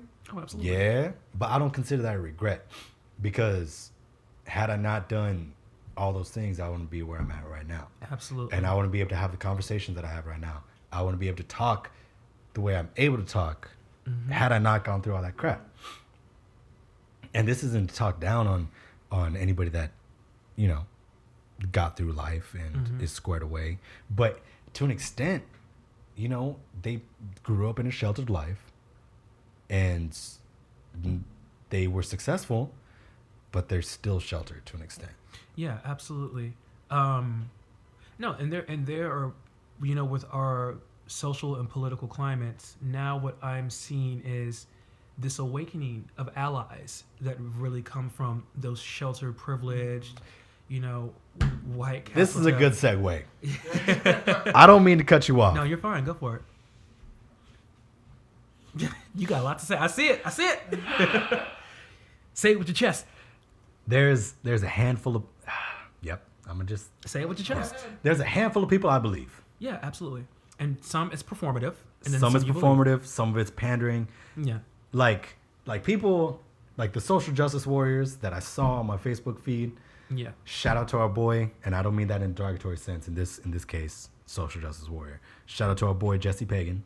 Oh, is he killing it right now? He has been on that like. Okay, Jesse. Everything is bullshit. All you white people suck. Let me go look at your page real quick, Jesse. Okay. He been saying that for years. Yeah. And I used to get really frustrated by it. I'm like, bro, like. Pipe down, tone it down a little bit. Chill out a little bit, dog. Like I thank you. I get the message you're trying to get across. Because he grew up in Cedar Park. He grew up in Cedar Park. So shout out. Exactly. Yeah. So like shout out to him for like acknowledging it. Yeah. I always felt that it was a little bit much, but I appreciated the messages that he was giving out. So when the world shut down and the George Floyd protests came out, the things that he was saying, I believed him. Absolutely. I'm like, you truly feel those words that you're saying.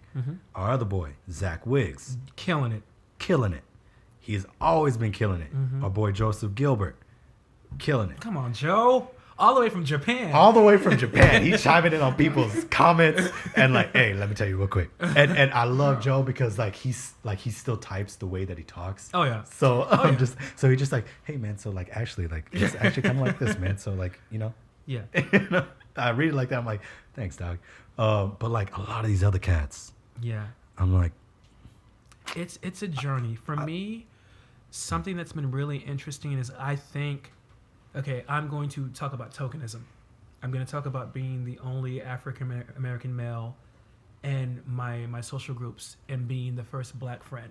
I'm gonna say this group right here we've all experienced is probably prime token. Yeah. My nickname freshman year was Token. See? As the token black guy. Yeah. Afro-Caribbean. Yeah, tokenism is something that is our shared experience. And there's a lot of emotional labor and there's a lot of microaggressions that I personally had to deal with being a black man that is very aware of my truth and how I'm not going to take anything from anyone. And when I try to set people straight, I was aggressive, I was threatening, I was passive aggressive, I was any negative epithet you can think of, I was that. And then you transfer to when people start to learn African American Vernacular English, like I didn't know that was a thing. yeah, Okay. like I was told I was ratchet, I was told I was salty, I was told I was shady, then I was told I was bougie. I'm like, wait, hold up. One of these things is not like the other.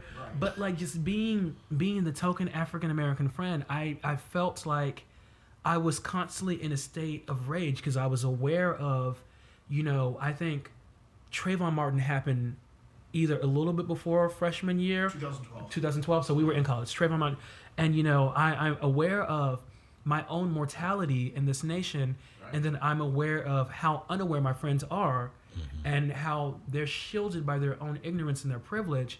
And when I tried to call out white privilege, it was never received well. Yeah. Now you fast forward to 2020. Now everyone wants to be activists. Yeah. Everyone wants to be woke. Everyone wants my commentary and my perspective. The same guy that was passive aggressive, that was shady, that was ratchet, that was you didn't want to talk menace. to because you know he was going to get aggressive. Yeah. I'm like, they like, oh gosh, and I'm going to say it. It felt like they wanted their African American friends to be in the sunken place. Like, I want you to be the safe African American friend. I want to be comfortable around you. Right. And I want you to make me feel comfortable in these uncomfortable circumstances and situations. And I want you to share your perspective, but only in a way that makes me feel comfortable. And that is called tone policing. Tone policing is when you want someone to give you a dose of their reality, but you want them to cushion it and you want them to coddle you. And I've said this before. I refuse to coddle anyone that benefits from systemic oppression or privilege. I can't do it. Like, do you want me to tap dance and talk to you while I'm telling you that black people are dying on the streets? Do you want me to sing you a song through my tears? Like, our reality isn't that sweet. So why should the knowledge that I give to you be served with a spoonful of sugar? I can't do it. And that's the thing. Like, people didn't want to talk to me about it. They wanted, the friendly black guy. I can't do that for you, babe. I'm going to get passionate. I'm going to get riled up. And unless you're ready to have that uncomfortable conversation, don't step to me. Because for one, you want free emotional labor. You want me to unpack my trauma as a black man in America and give it to you and spoon feed it to you in bite-sized pieces. There is so much that goes in, so much energy. It's like being a teacher and having office hours that are 24/7. Right. Could you imagine having 24/7 office hours? Because that's what it feels like to be an African American that is aware of the state of America, and people constantly want to pick your brain and pick your brain and pick your brain and inspect free emotional labor, and I can't do it. I can't do that and be kind 24/7. They want to be spoon fed that information, but it's been shoved down our mouths since we were born. Yeah. Like it's not a part of our experience. The spoon feed. Like, And nobody spoon fed your reality as a person of color. It wasn't like, all right, dog, this year we're gonna introduce the shop, what do they call it, when people walk behind you in a store, store stocking. This year you're 8 now, that's the one that cuz like it just happens to you. Like, it just happens. Oh, and this is what you do when the lights come on. Get yourself inside the house and don't look police officers in the eye. And yes, ma'am, no, ma'am, thank you, please. And speak like this. Oh, and that's another thing. Respectability politics. We're supposed to speak a certain way or carry ourselves a certain way to be respected. But something that's very interesting to me is that when you speak in a certain way and when you characterize yourself in a certain way, suddenly who you are transcends your cultural identity. Based off of the way I speak, I was always told, "Oh, well, you're an Oreo. Oh, well, you don't even sound black." That's not how that works, because of my vernacular and the way I my sentence structure, my syntax does not strip me of my black identity. Because what you're saying is, I'm too smart to be black. I'm too well spoken to be black, because intelligence of the white man is the measure and the standard that everything else is measured against. Therefore, if you are intelligent as a person of color, well, you're a coconut, or you're an Oreo, or you're a banana. You know, you're brown, you're black, you're yellow on the outer shell, but you're white, on the inside. So that's why we mess with works. Yeah, you're the safe person of color. It's literally saying that black is not as smart. Yeah. Being black isn't, or being a person of color isn't as intelligent, or no, you can be intelligent and be black. Yeah, so, absolutely. There's no. That's not one or the other. You could be both. Yeah. Yeah, and we were having this conversation the other day of the way that we grew up. Like I said, he from Louisiana, then moved to Allen. Yeah. And then I didn't really have a cultural background. Yeah. So I've always been stuck in the middle. I don't want to speak for Evan, but just to bring that up to where, so that we're all aware of what's going on. Because I moved so much, I didn't know where I fit into to the puzzle. It's a diaspora. Mm-hmm. But then culturally, I was told what I was. Yeah. Like my mom, she always told me this. I think it was like 4 or 5 years old, bro. That I was again, oftentimes in my life, I've been the only person of color. Okay. In my class.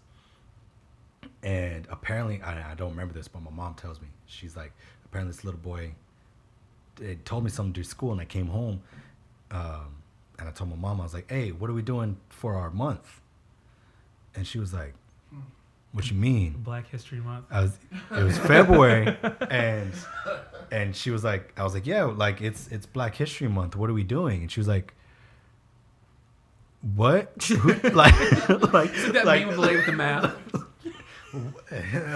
And mind you, my mom is a light skinned Mexican. Okay. And my dad's dark skinned Puerto Rican.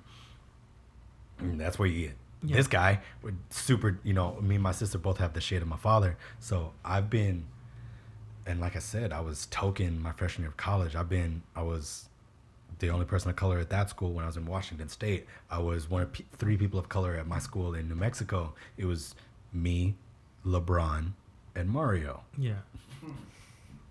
So, and again, Mario was a light-skinned Latino. Mm-hmm. I'm steady in the middle, and then we got LeBron, strong brother. Yeah. So it's like, and then you throw on top of that my inability to speak Spanish because I grew up around all these white kids. Oh, you're a coconut. Yeah, I'm a coconut. Or it's like, oh, he's just a black kid. Mm-hmm. But black people, you're caught between these. Yeah, worlds. black people don't accept me as being the black kid because I'm Afro-Caribbean. Yeah. And then the Latino culture doesn't accept me because I don't speak Spanish. Yeah. But the white kids gonna see me as being dark. Yeah. So he's dark. Mm-hmm. And I used to make light of it and say that, let's play the game of what's Marcus's racial identity today, where it's like, is he half black? Is he half white? Is he Caribbean? Is he, my favorite one was always Pacific Islander. Like, yeah, bro, like I don't, besides the flat nose and the brown skin, like how you gonna say I'm Filipino, dog? Yeah. Like nothing about it. Yeah. So yeah, it's just, it's frustrating. Well, what were the microaggressions that you heard being a person with such a mixed cultural identity? Because that's another thing. People don't really realize how harmful microaggressions are, and even us growing up didn't even realize, like, some of the things people said to us as people of color and being the token friend. Yeah. Oh yeah. Terrible. Like, anytime I was called an Oreo, like I took it as because of the place I was at, I took it as like a compliment. Like, oh, thank you.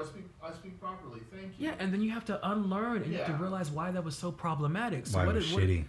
Well, like I said, man, I got a lot of the black ones, just because I was the darkest kid. So they're like, black kid. So Oreo, coconut. You're not like the other ones I've met. Oh. You're my favorite. You're my favorite kind. Yeah. Of such and such. You're one of the good ones. You're one of the good ones. Well, I don't really see you as. You're not like the others. It's just like, bro. And and this is, for better or worse, this is my issue, is I'm so like zenned out. Yeah. Like I meditate every day. It just passes. It's just like, I'm just like, all right, man. Like, yeah. Like it gets to a point where it's like, if you want to learn, let's sit down and talk, bro. Yeah. But if you're going to be shitty, all right. Yeah. Why is it my duty to fix you? But then I wake up at 3 a.m. like DM was like, what? 10 years ago, you know what you called me? Don't get me wrong. I used to say this all the time, like you know how the world, the nuclear clock, what is that called? The doomsday clock. Doomsday clock, where it's like, it's the maximum is like 5 seconds. Yeah. And it's like steady on like 3. Mm-hmm. I was like, that's me, bro. Like I'm 3 seconds away from throwing hands. Take me back to 22-year-old Marcus. Oh man. 3 seconds. You say enough of the wrong stuff, you gonna catch him. But you choose peace now. But now, zenned out. Yeah. I added 3 seconds to the clock. I'm at a happy 6. Like, don't get me wrong, I'm still down You ever to seen throw like, some hands. SpongeBob with the guys like chocolate? Yeah. What? This close. Like like I'm still like, when people run up on me, like now it's just like physical stuff. Like if you run up on me, Oh yeah, that triggers that flight or fight like response. yeah, I'm like, whew. Like Kelsey's called me out a couple times. Like some things have happened, and like I like, and then my fish is cleansed for a while. I'm just like, oh, we're straight. Okay. So may I ask you, since we're talking about having darker skin and and existing between multiple worlds and multiple cultures, what is your experience with colorism? Like, What can you define colorism for me? So colorism, from what I've gathered as an African American, stems from this Eurocentric standard of beauty, meaning the lighter you were, the more likeness of white people you were, the more attractive you were. So that, like, us being darker skinned people, like I'll never forget growing up, and this is something that's just really, really just stayed in the back of my head. I was always told, oh, don't stay in the sun too long. You'll get too black. Right. Yeah, you'll get too dark. Right. As if there's such a thing as too dark. Like, Gotcha. It's a problem that you yeah, got too dark. don't get too dark. Like, don't stand out in the sun too long. I didn't. So again, From like it kind of depended on where I was. From like a community. Like, Yeah, from the community. So like, let's see. I can't even. I don't know if this is the right thing, but I was at there was Vans used to do, like the skateboard company used to do these like pop-up things in like parking lots at malls. Okay. Where they would just do like little events here and there. And I remember it was me and it was in San Antonio, and 2 of my Mexican friends.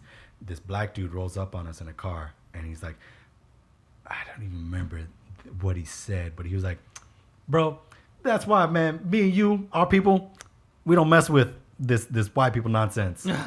And I was like,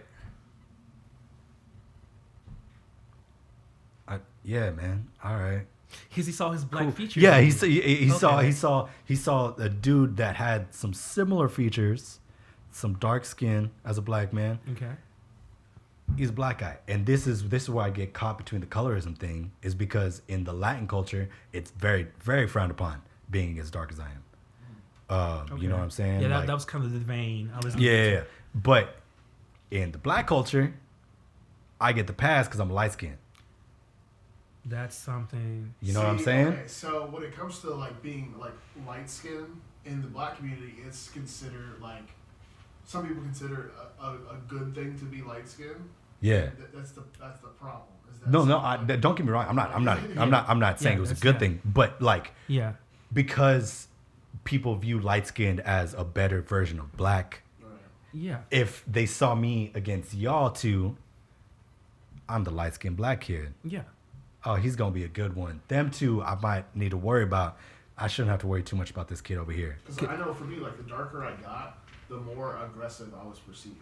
Yeah, no, absolutely. No, I get what you're saying. Like at the end of like marching band camp, like after like a month of being outside, people were like, "You seem really like mad." I'm like, "No, I'm just dark. Just skin. dark, Just dark, like, bro. Sorry that having dark skin means it's Yeah, and I get there during summer bands. because again, my people are meant to be in the sun, so we we take it well. It stems from the global colonization, and there was this system. The original system was everything was made in the likeness of Europeans. They give you this book, and suddenly your god is blonde haired and blue eyed. The pinnacle of beauty is blonde hair, blue eyes, thin nose, thin lips. So you were more attractive if you had features that were in the likeness of European settlers. Yeah. So if your skin is lighter, if your hair is a little more fine, if your nose was smaller, if your lips were smaller, which is really funny because it's adverse in 2020. Now it's It wants to be tan, big lips, but that was. You can only be so tan though. It's very true. You can only be so tan. Yeah, try to get tan as me, and you're gonna have melanoma. Right. And people are gonna hate you. Yeah, Right. but that colorism stems from that, and the thing was, the lighter you were, the closer you were to the master's house. Yeah. And, You got to be inside. You got to not pick Yeah. whatever Or you're his the crop was outside. mulatto mistress, and by the way, mulatto is a derogatory term. Yeah. Rapper. Stop using it. So that was always the, I mean, I'm the darkest in my family. So I was always kind of like treated a little differently.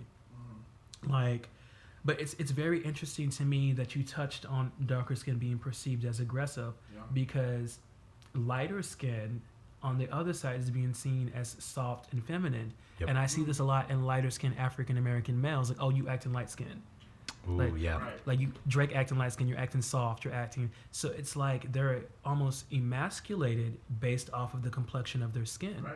I got a lot of comments. Yeah. Not a lot, but a handful of comments from the handful of like the black culture side of things, where they were just like, "Bro, you're being light skinned." I'm like, "Bro, I'm breathing. I don't even know what a.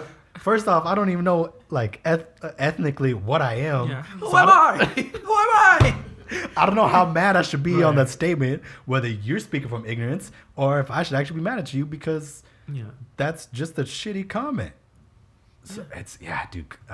Colorism is one of those things that I'm just now kind of delving into. It's a hard one, man. And it ties into, because and microaggressions, things that people always say to me during the summer. Like my white friends, like, "Oh, you're so dark," and notice the tone. It's not, "Oh, you're really dark." Oh, wow, you're dark. Like the disgust in their voice. I'm like, I still have a hard time gauging it when because like a couple of them would be like, "Bro, why are you so dark?"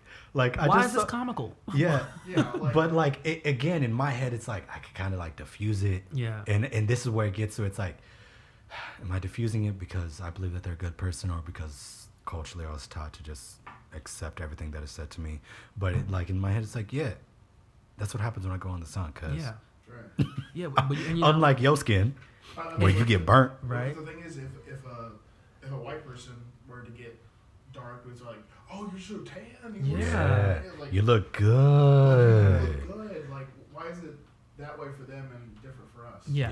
Like, Because it really, oh man, and that's the thing. It's like there's so much to unpack, because sometimes people are unaware of when they say Yeah. things like that, like how problematic it is. Like, "Oh, I'm almost as dark as you." You're not, sis. Oh, No, you're not. You really ain't. You'll never be. Ooh. And once again, if you're as dark as me, go see a dermatologist. All the white kids. Yeah, that's not a Like thing, sis. we would. If, Oh, I'm would blacker we- than you. Would, No, hold you're on. not. That statement is wrong 3 times. You're not. Or like when we would go tubing back in the day, it'd just be like, "Oh, bro, I almost got as dark as you." No, you didn't. Nah. You didn't. That's incorrect. Because I jumped 3 shades in Yeah. 2 hours. You jumped half a shade, and you just ain't pasty now.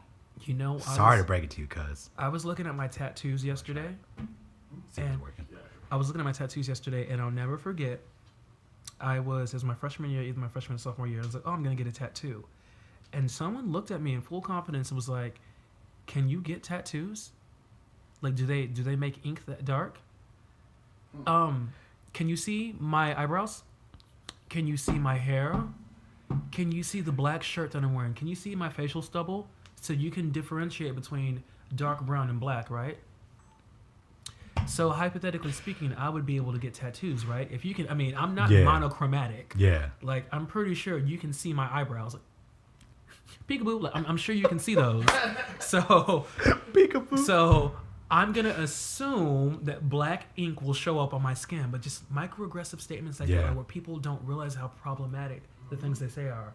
You know, I think a lot of the problem is with me is I don't, because I'm just like I don't keep those in the back of my mind. Yeah. But you know, like if somebody would have said that to me, my first impression would just be like,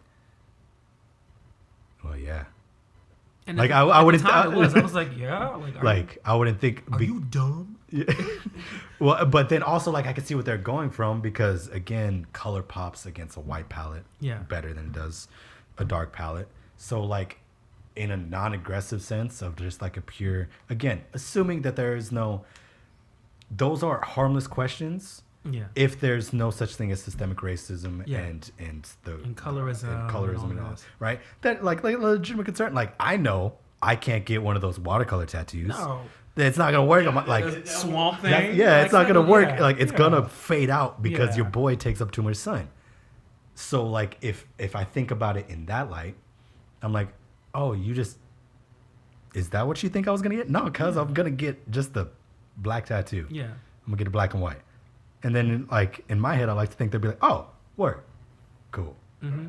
But in you know, whether or not that's my racial ignorance or again my just like Zen, take it, leave it. You know, some things could go in the ear and out the other. Yeah, and rightfully so. Like, but yeah, I was just, and to the extent where it didn't even really process until yesterday. And this is something that was said to me years ago. I was just like, oh, look at all these tattoos on my skin that show up. Yeah. I mean, they might have to get retouched. You know, definitely got. I'm surprised. I've had the one on my arm for almost 10 years, and it's still okay. I gotta get this retouched. I was about to say Digimon is on the chest. Yeah. What about so? I mean, any other colorism stuff? Any other? Well, it's color for sure. Like I have very very coarse 4C hair, which is the coarsest hair on the hair scale. And I have very big lips and a very flat nose, high cheekbones, and all these things. Colorism really followed me my entire life to the point to where I had to make a conscious decision to love myself out of spite, out of all the terrible things I was told about my skin, about my hair, about my lips, about my nose, about my dimensions, proportions. It's like, you know what? I'm not gonna say what I was gonna say because this is a family show. But I'm like, you know what? It's close to family as we can get it. It felt like to love myself was an act of rebellion, and I don't feel like anyone should ever have to feel like that because that's what it was. I'm gonna love myself in spite of all the awful things I've been told. And now, it's just so funny because in hindsight, it was such a terrible time. But now, like in 2020, everyone's like, oh, melanin, oh, so your skin, new, and here's I'm self-aware of all the bullshit. And here's another thing.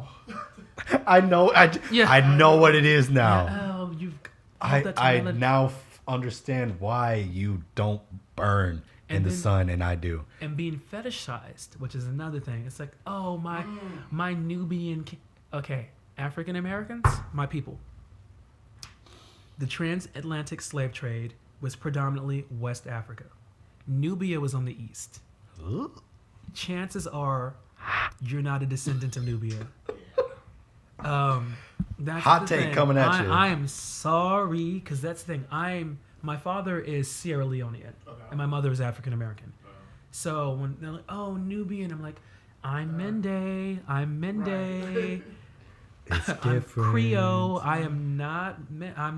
Well, Nubian. bro, it's just like, and the Brian Callen special that we watched, he talks about this as far as Asians go. Mm-hmm. He's like, I can't say the joke verbatim, but like, he's like, Asians, yeah, like, you know what we're talking about. There's 43 countries in Asia, but you know what we're talking about. Yeah. It's the same thing. African prince. Now, do you mean Egyptian? Do you mean Ghanaian? Yeah. Do you There's mean so many other. Like, Yeah. People. Zimbabwe? Yeah, the continent of Africa. People treat Africa How about like it's a country. Madagascar? What? Because they ain't the black you think they are. No, not Moroccans, South Africans, and that's the thing. Africa's a continent, and people treat it like a country. It's so funny because like I'll tell people like, "Oh, my dad is Sierra Leone," and they're like, "Oh, I have a Nigerian friend." Yeah. okay, like What's that? Cool. That's the other side. That's being like, "Oh, yeah, I'm North American." Oh, I have a friend from Ontario. right. Like Africa's a continent, y'all, not a country. Come on. And that's again, as with a lot of things that are coming out now, they got me, bro, with Washington's teeth. Oh, yeah, They got me. low. I can't even. I'm not even gonna front Yeah. on it. Like I was like, yeah. I was always more confused why they had to mention that his teeth were made of wood. Because they weren't made of wood. Then, but like just the like, why is that in a book? Like, Yeah. why do I need to know that his teeth are made of wood if they are made of wood? And then you come to find out like, oh, cuzzy, they weren't wood. They were black people teeth. It was slave teeth. Yeah. Damn. Oh, I didn't know that. Yeah. Yeah, bro. George yeah. Washington's Oh, Again, just found out about that. I thought it was like ivory. Okay, that's interesting. Well, see, and that's the thing. Like Common Core curriculum, there's so much that is not included. Like people are now learning about the Yeah. Tulsa massacre Yeah. that happened, and some people are still learning about Seneca Village. What is it? The park in New York, the very very big park. Grant. Central Central Park. Park. I was Central gonna say Park Grand was Central. was a black village. Yeah. That they basically was like, okay, y'all got to go now because we're gonna make a park now. Park. We're just gonna That was put Seneca some Village. nature in all these Yeah. buildings. Which, if it wasn't built on other people's land, Yeah. as all America is, I digress. Yeah. Sorry. Shout out to the Washington Redskins. They're gonna be changing. Are they finally doing it? I think they're finally doing Oh, it. thank gosh. Which is pretty dope. Well, I was getting into a conversation with some other homies about how they're doing it. My boy doesn't, because, and I no, I'm not hating on him or anything, but I think because he didn't see other people being bothered by it, that he's bothered by the fact that advertisement is what's making them change the name now, which for like us, it's like, whatever, like Yeah. dope. Like finally they changed the damn name. It should have been changed a long time ago. Yeah. But to him, it's just like he was talking about cancel culture and how it's like it's shitty how people paying you money are going to make you change things one way or the other. That statement is true. Yeah. It should have been changed on. But in this instance, Yeah. people have been trying to talk about this for a long time. Yeah. For a Long, very long long time. time. It just happened to be the pressure that they. It just happened. Yeah, again. And I told him my example was like the Me Too stuff. Like Time's Up. Me too. you weren't gonna catch all these little things here and there if you didn't bring up Weinstein and Cosby, right? Like so now that Weinstein Cosby out the gate, and we got mad people saying about that. Oh, honey, let me tell you, these 5 other people, like the girls were coming about. Like, Oh, yeah. bro, I've been trying to tell y'all for the past damn 5 years. Oh, that yeah. all this shit happened. Yeah. Right. And none of y'all want to listen. Now y'all want to listen? Well, here, I got some stories for you. It's the same thing with the George Floyd stuff. It's like, Yeah. and in regards to the Redskins name, it's like, yeah, no, people have been calling for that for a long time. Yeah. And Braves, the name, people have been saying that the name is okay, but the logo is pretty shitty. And all right. Yeah. But I mean, it's the same thing. It's like the Robert E. Lee, they changed that before George Floyd because they were finally like starting to realize, like, bro, let's not hype Robert E. Lee. He wasn't good people. And we're just having these Well, my hot favorite takes. thing about the Robert E. Lee thing is that Robert E. Lee is quoted as saying he did not want his name to be memorialized. Yeah. Like his legacy to be memorialized because he Yeah. said, "Yeah, we were in the wrong, so we should be memorialized." But people were like, "No, it's our heritage." He literally said, "Don't do it." Or So- talking about the statues, and people are bringing up the slippery slope fallacy of like, well, what are you're gonna just take down all of them? Don't get me wrong, I think that they are kind of doing a couple of them, like Roosevelt. Okay. He's on the list. Like he was shitty, but he also we wouldn't be where we're at today, and what you take from that statement without them. But like as far as like the Confederacy statues, it's like it's a slippery slope. It's like not really, because check the dates on those statues. Oh yeah, it's not. Yeah. It wasn't right after the war. It was during Jim Crow. Yeah. And get them. It was during Jim Crow to establish dominance. Like 1950. Oh, absolutely. Yeah, it was to put fear in people of color's lives, that like these are the people that we represent around here, cuzzy. Yeah, this is what we're about. Exactly what it's it was. like. We're just gonna call it heritage. But we're gonna call it heritage, and again, if it wasn't rooted in racism, if you were calling it the heritage of like the Southern folk, dope. Because like be proud of that, because like like people in New Orleans, they can be proud of them Creole roots. Yeah. But people in Alabama, I'm not gonna say what I was gonna say.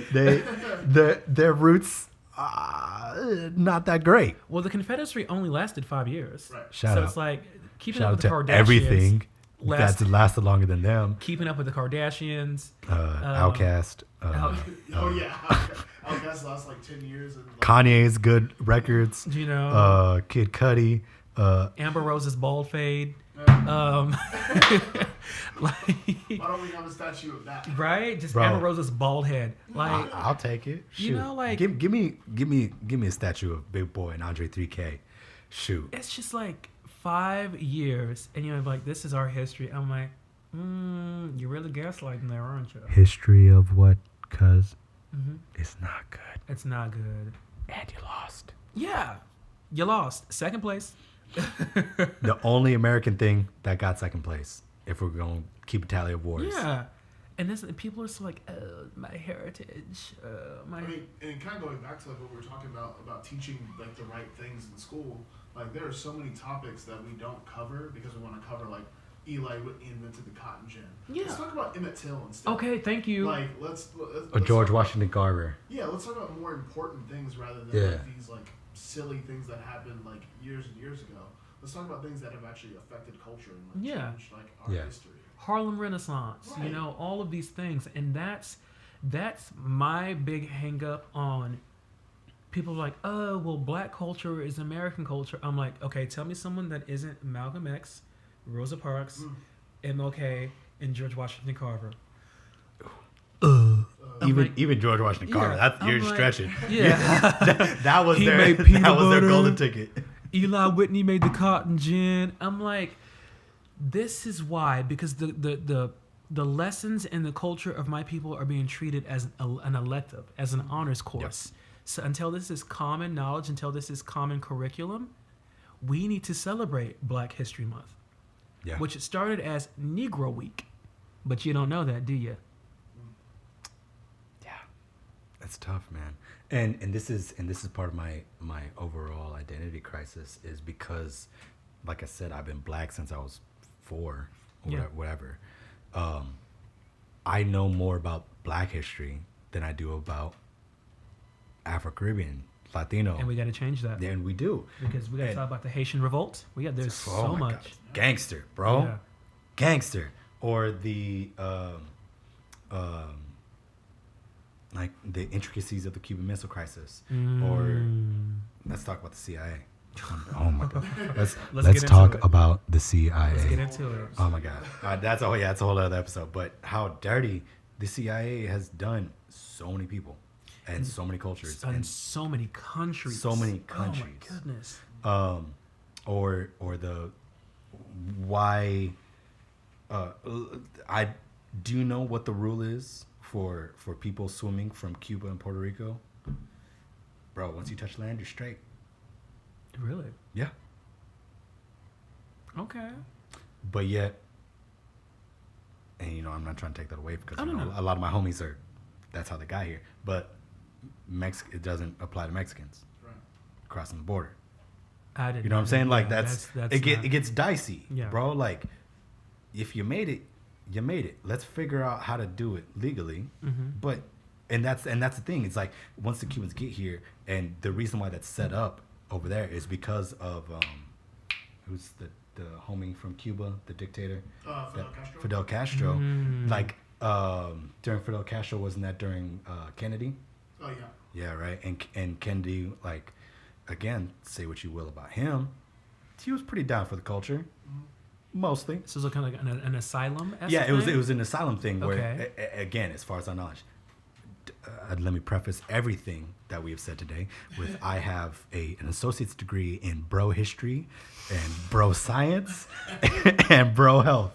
And again, let me articulate that's an associate's. Very rudimentary knowledge of this stuff. Yeah. But it's in bro history. But to the extent of my knowledge, it's something along the lines of asylum because he knew that. I keep wanting to say Che Guevara, the other guy, Fidel Castro. It was going to those communist dictatorship. So he was like, bro, if you come through, we got you. Okay. Again, I to the didn't extent of even my know that. knowledge. But I don't understand why it was like that for them, but it's not the same case for Mexico. But now that I'm saying it out loud, there wasn't that many immigration laws in line for Mexico up until, the last 20, 30, 40 years. You fact check me on that? I was looking at the Bay of Pigs. Oh, okay. They were actually, CIA was plotting to kill Castro. Yeah. Like there's a lot of history that people don't talk about. Like, it's just called the Cold War because it's like, it was the Cold War and we were against Russia. Like there's so many intricacies going on, buddy. So let's not get into the history side of things. Again, we'll save that. Let me come back with everything. We'll save that for another podcast, another show, if you will. So that's, we started talking about it, man. Let's talk about all the George Floyd protests, man, and what do you know about it? I've got my opinions and my thoughts about the defund the police. Let's talk about that. What do you got for me? What have you learned? What have you gained from all this? I'm seeing what's really interesting is this has galvanized the world. This is a global uprising with global protests because it's not an isolated incident. I think of, Sandra Bland. I think of Tamir Rice. I think of Mike Brown. I think of Philando Castile. I think of all of these African Americans that were murdered in police custody or murdered due to police and never saw justice. I think of Trayvon Martin. And it's unfortunate that I'm callous to this point where it doesn't hurt as much as it should hurt. Yeah. Which is a really, really, really unfortunate reality, but it is the reality, and it is a shared experience for people like me. But no justice, no peace. I'm very fortunate that I'm seeing the world wake up its eyes to our reality and the mortality rate of African American people. They absolutely murdered him in broad daylight because they knew there would be no consequences. Because sorry, I don't mean to cut you off, but No. I think that's a large part in why there's such a civil uprising globally is because this was the first time we saw the entire thing. Yeah. You know what I'm saying? Like, it wasn't a gunshot. You slowly saw the life leave that man. Right. Yeah. And and that's the thing, and right before him it was Ahmaud Arbery. Yeah. And then, Breonna Taylor was sleeping in her bed. And that's the thing for me. It's like... And homeboy went to jail. People... Because somebody broke into his house. And people, what they like to do is they like to incriminate black men and women post-mortem. Yep. They like to say, they weren't a standing civilian. They weren't a stand-up man or woman. That doesn't mean they deserve to die. Right. Okay? Yeah. That's not how that works. And they say, if you just follow the law, Breonna Taylor was sleeping. What you got for that Sleeping. And so to circle back Philando was telling the cop, I have a concealed, I think it was Philando. Yeah. I have a concealed carry license. I'm trying to get it slowly, and then he got shot. Bro. He literally followed the letter of the law exactly, but he still got shot. And that's the thing. Like, even if you are a standing civilian, stand-up guy, woman, even if you have a small rap sheet, you deserve to live. No one should put their foot on your neck until you can't breathe. And then, what is his name? And it's sad that I have to go through this Rolodex of names in my head to remember who was the child, the sweet, sweet child that was playing violin for cats. Not Ethan, Elijah. Yeah. And it's sad that we have to go through these names and, to bring up these points to bring home the point that I'm trying to make with George Floyd. It's, we deserve to live, period. And why do you have to incriminate us post-mortem after we've passed is what's bothering me. Oh, well, this, that. Oh, well, he wasn't this. Oh, well, I need to see more evidence. What more do you need to see after that video? This in broad daylight with that man with his foot on his neck? What more do you need to see? For me, when you're trying to play devil's advocate like that, you don't value black lives, which is why we have to constantly fight to be heard and say that Black Lives Matter, because the fact that people are contesting our existence just shows how insignificant we are to so many people. And I feel bad, like, that I'm so callous and I'm so numb. Like, I should feel awful. But name after name after name after name after name, it gets to a point to where it doesn't hurt as much as you've it should. gotten used to it. And I just shrugged my shoulders. I'm just like, yeah, it's what happens. I mean, it was kind of how a couple years ago we got so used to like school shootings. This happened again? Yeah, it's part of like American culture. I might not live. Right. Cool. Yeah, it's us being teachers. It's like, cool, I might die from being dark, or I might die from being in a classroom. And that for me was the sobering reality. Is like, well, the cops might kill me before COVID-19 does. Right. Yeah. And that's the thing. People like to say, oh, well, not all cops are bad. Oh, just one bad apple. But you're missing an entire part of that phrase. It's one bad apple spoils the bunch. Yep. Stop omitting when you use that phrase. Like, there is an issue with police force, and we need to hold the people that are supposed to protect us accountable. We're not talking about the bad apples. We're talking about a system that does not work. A system that allows these apples to rot is what we need to talk about. Yeah. And, I was at the protest, where the police are using the rubber bullets, the beanbag rounds, and the pepper spray and all that, and they're using that indiscriminately. And for me, because I called city council, it was really interesting that they had their backs turned to gentrified Austin while they're shooting across the bridge at people. Yeah. I'm like, how symbolic can you be? Like, this is so broken. That's the thing. Those rounds. No space in the memory card.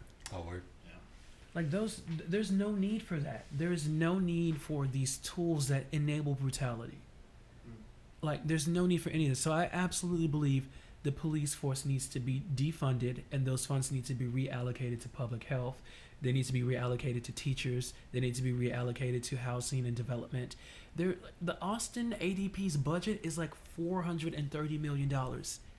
It's damn near half of the city budget. And cops say the same thing of they don't want to have to do all the things that they're doing. Like the Dallas police chief, I believe, came on and said, we're doing too much. Like, we're having to be social workers and public health workers. Fund them so where if we can pick up a phone and press a button, someone will be there to de-escalate the situation. You should be, I think people say you should be able to call 411 rather than calling 911. Yeah. Like, it's... And this is my problem. It's I'd say it jokingly, but like this is one of the worst marketings in all of the liberal side of things is defund the police. Because when I first read that, I was like, that's the dumbest shit I ever like, just those words defund the police. I'm like, well, that's not gonna work because if we don't have a police, that's going to create a vacuum, and then that's how somebody else is going to come to power. And just like the Chaz, they finally broke that up in Seattle. What was the first thing they did? They established borders and they had guns. People aren't talking about the fact that like 3 to 5 people died in those 6 city blocks. Like that was supposed to be the utopia, but it wasn't, because you did exactly, because humans suck. Human beings suck, and that's not what we're talking about here. That's not what we're talking about enough here. And it should be exactly what you just said, but the problem is you can't put that in a hashtag. And that's what I mean by the marketing is so poor, because defund, it gets people on the opposite side of that, gets people hopped up on it, gets people angry, and they're like, what you mean you're going to take away my police? Then what are we going to do? No, we're just saying, like we just said, police officers shouldn't be the ones getting called to domestic disputes. Police officers shouldn't be the ones getting even drunk drivers like that pass out in the middle of the street. No, or like at Wendy's, the dude that where was that? Another dude got shot. He was sleeping in his car in Atlanta. Oh, yeah. Atlanta. Yeah. Yeah, he fell asleep at the Wendy's, right? Another name. Yeah. Yeah, he fell asleep at the Wendy's. A police officer shouldn't roll up on him and shoot him in his car. Yeah, a social worker should come up and be like, "Hey, bro, what's going on here, man? What you doing?" Rayshard Brooks. Rayshard Brooks. Thank you. And that's the thing. It's one of those things where it comes down to research and being knowledgeable, because the same thing with hashtag defund police is the same thing when, politicians release platforms and planks where they're like, we're going to tax the wealthy. And then people that make $50 annually are like, oh, the government's going to tax me. Like, we're not talking about you, boo. Yeah, we're talking about the multimillionaires and billionaires. So it's one of those, I can see where you're coming from, but it's one of those things where we have to do the research. Like, this is my issue, is that people don't do the research. People refuse to actually look into things. People refuse. We've gotten so used to just being like, that's the title. What is it called? Clickbait. Yeah. We're just so invested in the clickbait that it's, when we see those hashtags, it's like, yep, that's what we're going to do. And like, that's it. People aren't smart enough to get behind what it actually is and do the research and figure out what people mean when they see defund the police. And the problem is that eventually, that on the other side of things, they take advantage of that, and then they truly do just mean defund the police. And then you shit like Minneapolis, it's 13 people died in like one night or something like that, if I'm not mistaken, like because the police weren't there to do anything. And that's what police should be there to, like, handle criminals. Yeah. And that's the thing, like, there has to be a psychological aspect where we have to evaluate these people that we're giving tools that can end someone's life to. And for us as podcasters, can I say that? Oh my God. Can I say that? We have to use our platforms to spread information and debunk a lot of the misinformation that's out there. So I will say to anyone listening to this, defund the police does not mean take their budget to absolutely zero. It means we're acknowledging the fact that the police are overfunded. LAPD should not have a Lamborghini Gallardo in the fleet. Do they really? They absolutely. They absolutely. Can you look that up? I'm not calling you a liar, but I just no, man, because I had to make sure. Holy shit! They should not have a Lamborghini patrol car. You have got to be kidding me. These are not tools to protect. That ain't protecting nobody. That's not protecting anyone. That is an overfund. You're trying to catch somebody. You're just catching somebody, man. When teachers are making GoFundMes for supplies they need in their classes, they could have gone to somebody more important. When students can't eat because they have, a deficit on their school accounts, and there's a Lamborghini and a police fleet, baby, that means that the police are overfunded. Yeah. And we have to have a serious discussion about where our taxes are being allocated, where that money is going. Yeah. And alongside the overfunding is the undertraining. Oh, absolutely. Absolutely. Like, you went to school, you have to at least, at the bare minimum, go to school for 4 years to teach people. you have to go to school for 4 years to apply for the certificate, to apply for the test to get the certificate. Yeah. Right. Yeah. And what And is you, it, 6 they have to do an months? apprenticeship. You have to do student teaching as well. Yeah. Right. And yeah, dude, it's like, again, the people I want as my police officer. I want Terry Crews rolling up on people. You know, like I want people that are bodied up. Yeah. Like, and that's not to take away from any, like, you know, I'm not talking about female. I'm not talking about anything like that. I'm just saying, like, I want people that are trained and physically and mentally prepared for the situation they're getting into. Yeah. Homie, that's been the dude, like one of the dudes with Kavanaugh that was his first day. One of the other officers. Yeah. Like, what? and that's the thing. It's like they're not trained, you know, to handle these things. Like, there has to be a stress and an importance on de-escalation tactics. Your first move should not be to go for the gun Yeah. when someone is clearly unarmed. Right. Like, the whole system needs to be reworked. Like, if you were trying to de-escalate someone who's clearly hands up, don't shoot, and you put them in a chokehold and you put your foot on their neck, that's a problem. Yeah. And then the fact that you can be released from your position to reapply in another district, in another precinct, no, that is not okay. And you're not being tried for. You're not being tried for. It took the world. It took a global scale protest. This is what it took for us to get to where they are. And even then, it's still not fixed. I mean, to me, like, police are supposed to help. They're to protect and serve. That's the oath they like, take. Literally, like, protect and serve. And when people are dying because of them, you've gone away from that oath. You've gone away from it. You decided not to help. You decided to go ahead and hurt. Yeah. Right. Like, and that's not what being a police officer or being a social worker or being any of those things is about. But they decided to go ahead and do that. So that, like, it has to change now. Yeah. It has to change because that's become the regular. Like we said, that we've seen so many names of people that have gone through this. And there's no repercussions. Right. Like, there's no repercussions for it. It's just how it is now. That should Nope, be. you just like, killed somebody today. Damn. Right. Like, oh, you killed someone else today? Oh, hell. Turn on my badge and I'm going to go apply over there at Mike's precinct. Yeah. Because you know, my main sport is martial arts. Like, there is a difference between a chokehold and fucking putting your knee on somebody's neck. Right. Like, that's like chokehold. Yeah, that's a proper technique if you know the proper technique. Because you just choke them out. Mm-hmm. They go to sleep, and you're straight. You can handle it. But stepping on somebody's neck for 9 minutes ain't the move.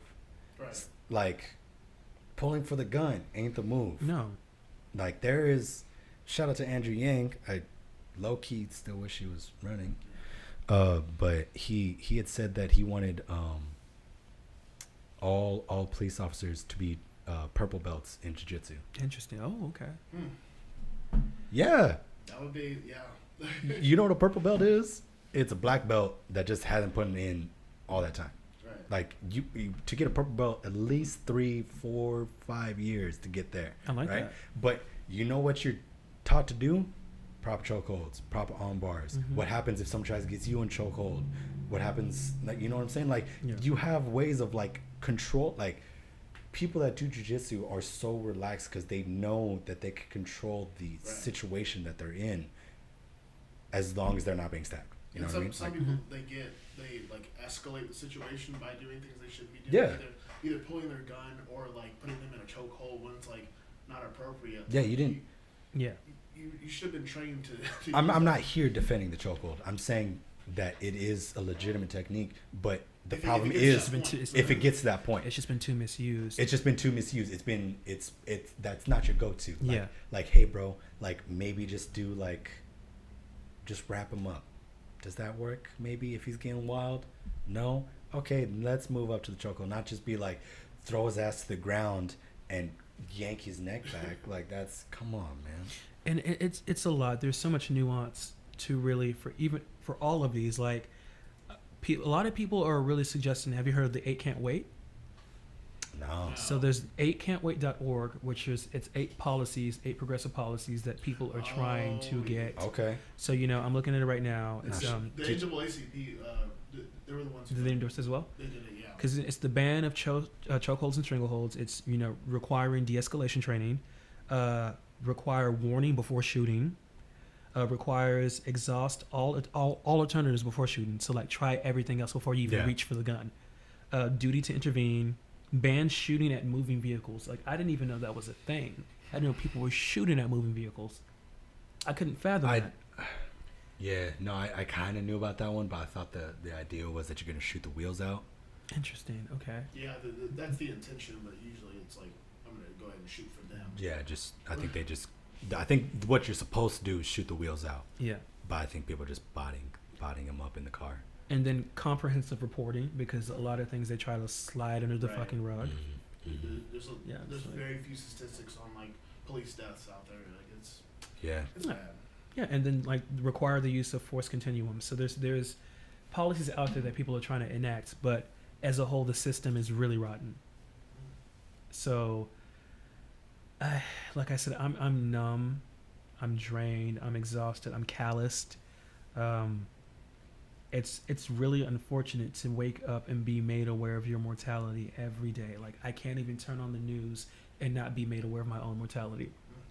Yeah. Like I can't. Like I have push notifications on my phones that keep me in the aware, but I can't turn on any of the outlets that I like to watch with that discussing. It's better now, but a week or two ago it was just like I felt smothered. Like I had no outlet. I had no means of being knowledgeable and being stress free. Can't get on Twitter and like you can't go see like another video of someone else getting shot. Like it's a regular occurrence. It's rough. it's like you said. You just at this point we're callous to it. Yeah. And what's messed up is on the other side of it, you're callous to your own mortality. Yeah, I'm like, I might die. I used to have anxiety with getting around police cars. I don't even have that anymore. I'm like, well, if I get pulled over and I get mouthy, I guess I'll die. And that's terrible. That's terrible. I'm just like, well, my mother's my beneficiary. So my sister's mine. Shout out to my niece and nephew. And this is something, once again, this is our shared experience. Like white children, white youth, white young professionals don't have to think about things like this. And they don't understand why we cape and go so hard for Black Lives Matter. Because I'm like, y'all don't share our reality. Right. You don't get it. Oh, I don't understand why. Oh, well, maybe if he wasn't trying to. Oh, well, I need more evidence. Must be nice to think like that. Yeah. Must be nice to have that train of thought. Yeah, dude. Can't relate. Just to see a cop and be like, oh, they're for me. Well, they're just doing their job. Right. They don't always get it right, but they're trying. It's not all cops. It's like, bro, there's some jobs you can't. I don't want you to try on. Yeah. I can't have you trying to do your job as a police officer. It's like, no, like, can you do it, dog? Yeah. Like, can you? Cool. All right, thanks, man. Like, if you can do your job properly, dope. Good talk. Otherwise, what are we doing? And we don't need that Lamborghini. We don't need that Lamborghini. But on a more positive note, I feel like in a couple of years, should all of this, like, should the 8 that can't wait get passed and all the things that we want to have happen, we'll end up with a police force and a better built society that's better built for, like, helping people. And the distribution of those funds, too. Right. Like, I hope so. Yeah. And so, hot take, follow me on this. I think, because I don't know too much of the intricacies of what their actual budget is. Lamborghini ain't it. I think LA's got a couple of tanks as well. You know what I'm saying? Like, the bill is like something, I think it's like $1 billion. It's either them or NYPD's budget is $1 billion. You know what I'm saying? Like, I don't think, we can all agree they don't need the Lamborghini. Yeah. All right. But here's my hot take. Up front, pay them more so that way we can be more accountable in what they're doing. Okay. Let me backtrack for a little bit. in order for my next statement to work, what's up? 429 million For their like overall budget. For who? For LA. LA. That's about 29 Austin's million? too. I think New York's might be Yeah, let's see what they significantly higher. How is Austin and LA got the same budget? That's wild. I would have thought LA had more. I thought LA had more too, but New York's is, I think. So then ours is let's say LA's is correct. Yeah, New York's Damn. police budget is $1 billion. God bless. Let's say LA's budget is correct. Austin does not need that same amount of money, cuz. Come on. I'm telling you, because there's a survey where, they're asking the public to put in, and it's like, I think the budget for housing and development is like 1/30th. Yeah, no, that's crazy. Don't get me wrong. I think the entire budget needs to be redone. Yeah. So just like I think cops should up front get paid more, I think teachers should be up front paid absolutely. more for the same reason. Okay. Because what do the musicians that don't make it or are trying to make it still go into? They get that teacher cert. Are they effective teachers? No, they're not. Interesting. Okay. You know what I'm saying? Because they're still trying to get that gig, so that way they can make it as a performer, and then they can deuce out. Okay. You know what I'm saying? So within the police reform, I think you need to get out of what's the thing called where they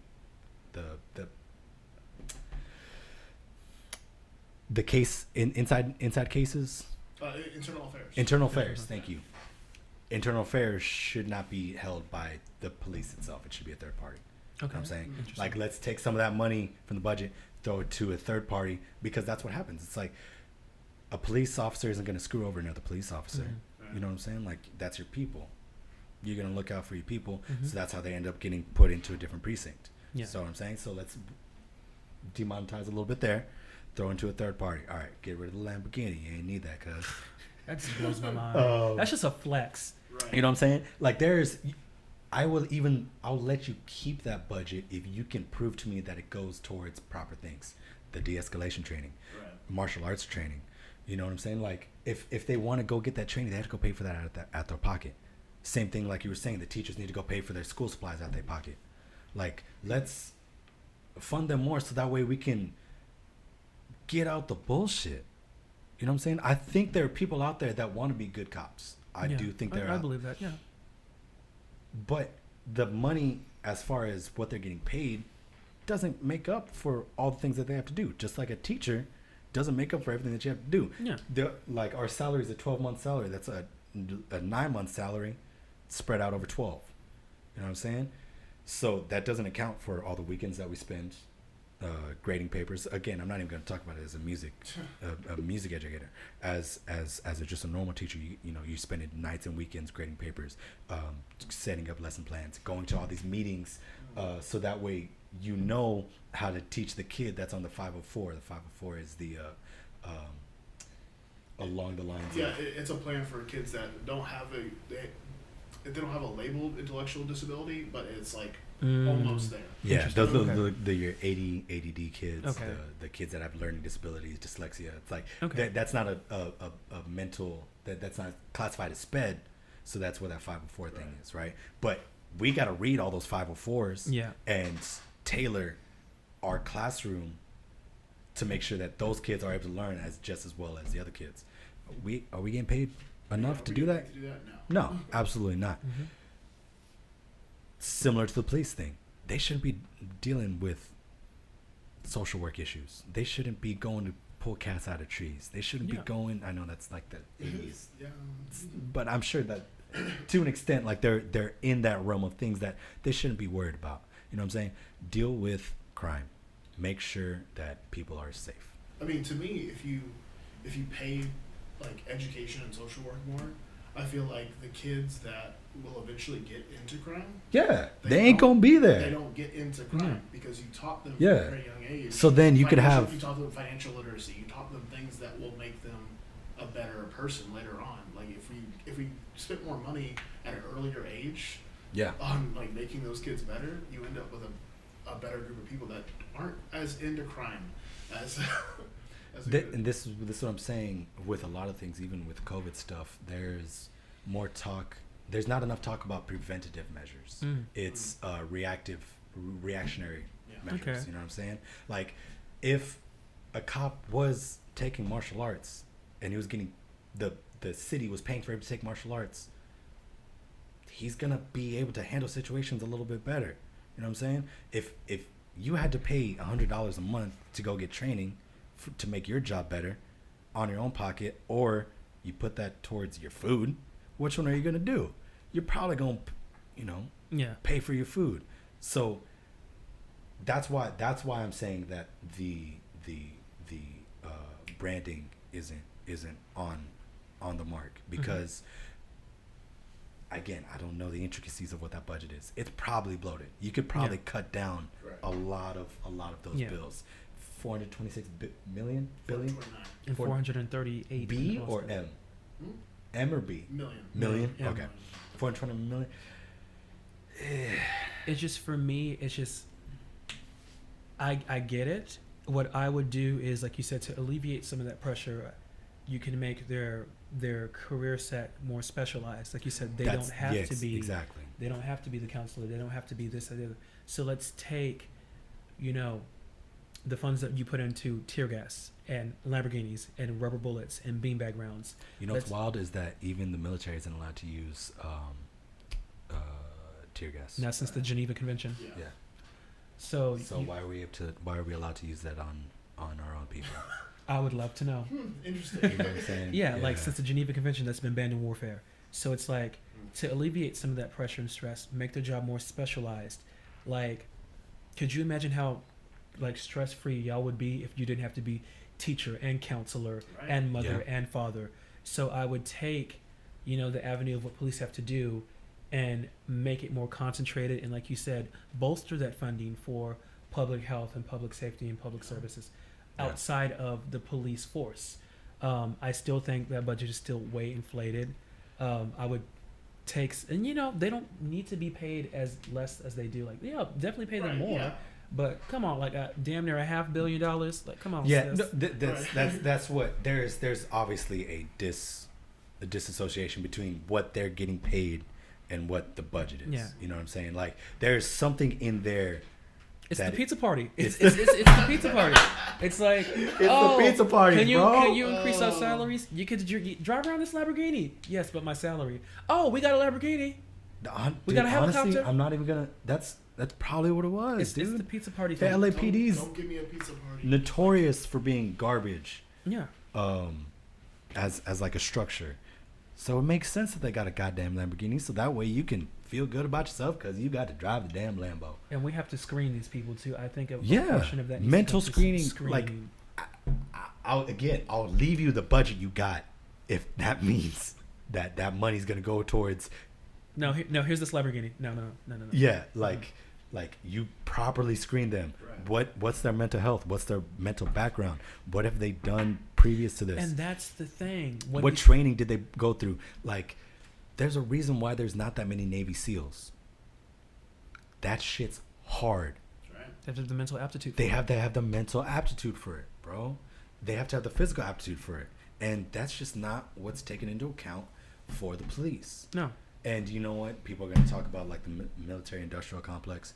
I know so little about that. But we're not saying that's great either. Yeah, we're not saying that's great. I know that that's an issue. I can't talk on that, but I have a bias because I would not be where I'm at without the military. We all have our own personal biases too, you know and that's the thing. Like, I see a lot of people that come to defense of cops are people that have siblings or spouses or children in law enforcement, and I get it, but there's a greater issue here.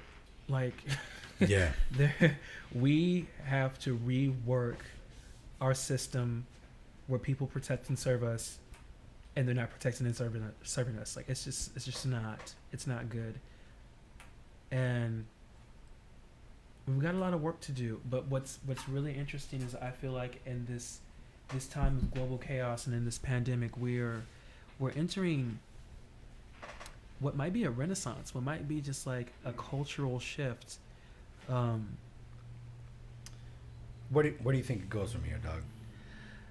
Work I think where we are in this phase is awareness. I think the next part is policy. Okay. I think the next thing is reformation. It's going to start with getting that big orange Cheeto out the Oval Office in November. Okay. So if you are registered to vote, you know what to do.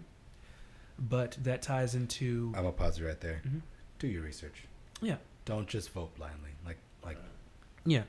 Please look into what is going on. Learn up on all the things that they are their agenda, if you will. Yeah, look at all of your representatives on the ballot. Look at your representative, and as you can see from this COVID stuff, the local government supersedes the president. Like, Abbott should have gotten out. I would have much rather had Beto in office. I would like to think he would have handled the situation a little bit better, but yeah. You know. And the thing is, it's going to be a fight because now that we have a global pandemic, it's so much easier for them to gaslight. Voter suppression is a thing right now. You know, Kentucky, like, I don't know how many polls they were closed down. It was... Yeah, you were talking to me about that. Yeah, there was like... it was 626,000, right? Yeah, so something like that, yeah. Let me see. Of the most densely populated black communities due to COVID. And due to COVID, quotation marks. Well, that's a systemic issue. That goes back to Jim Crow and the grandfather clause and literacy test and poll taxing. So that's something that's just as American as apple pie, unfortunately. But I think there's this awareness of how broken our system is, that, you know, we can protest and then we can fight back with our vote. Voting is so important. You know, making sure you're registered to vote is probably one of the most progressive moves you can do at this point. Get in a representative that represents you and that will fight for you. Yeah, I think protesting brings light to a situation, and then voting makes it happen. Yeah, well, none of these policies and none of this, you know, any... Oh, did you find the... No, I couldn't find it. But yeah, I mean, the protest, it raises awareness and gets the stuff done. Like, you can't turn a blind eye to thousands and thousands of people, you know, letting their voices be heard in the streets. Like, you can't do it. Yeah. It leads to reform. So I'm hopeful that we'll start to see, you know, the pendulum shift in the opposite direction. Yeah. Come 2021, because I just think 2020 is just garbage. Just like a hot garbage year. It's rough. Throw 2020 away. Well, here's the thing about 2020. We're only halfway through. Oh, don't tell me that. Like, we're only halfway through. But here's the thing. It could also be like the best second half. It's very true. Like, we could have a really great comeback, baby. Like, we could have a really great comeback. It'll be... It's going to be a hard fight, but... Yeah, I'm hopeful. Are you hopeful? I am. And I like I said, I feel like everyone is galvanized. Everyone is passionate now. And for me, what I'm really, really loving is Gen Z is so ready to eat the rich. They're killing it, bro. They're so ready to eat the rich.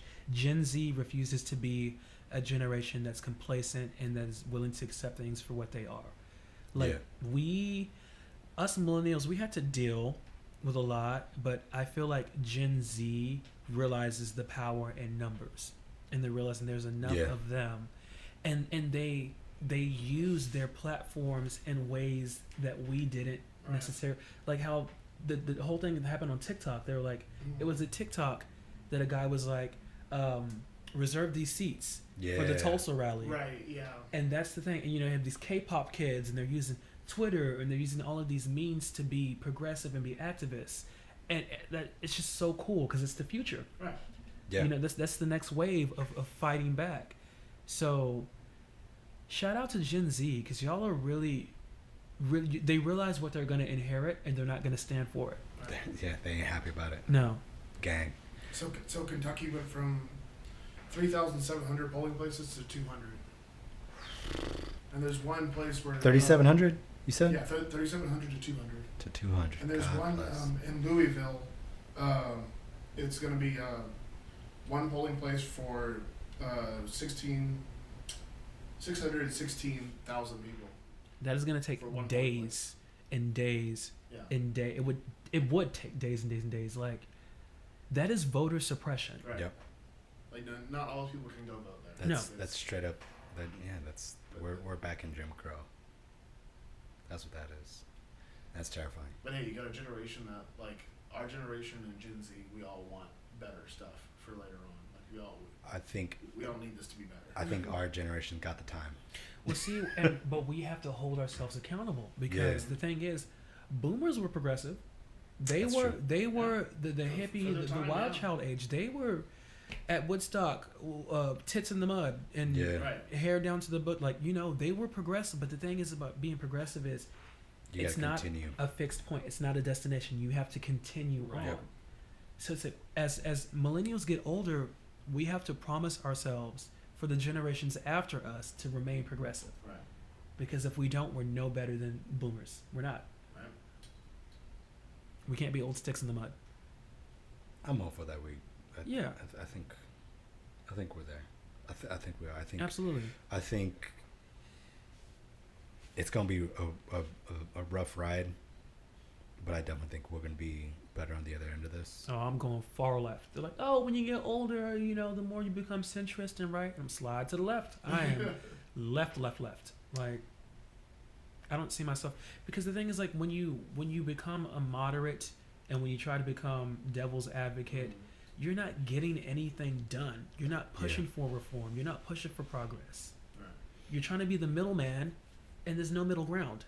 It's too polarized at this point. I wish there was a middle ground, though. We don't have one right now.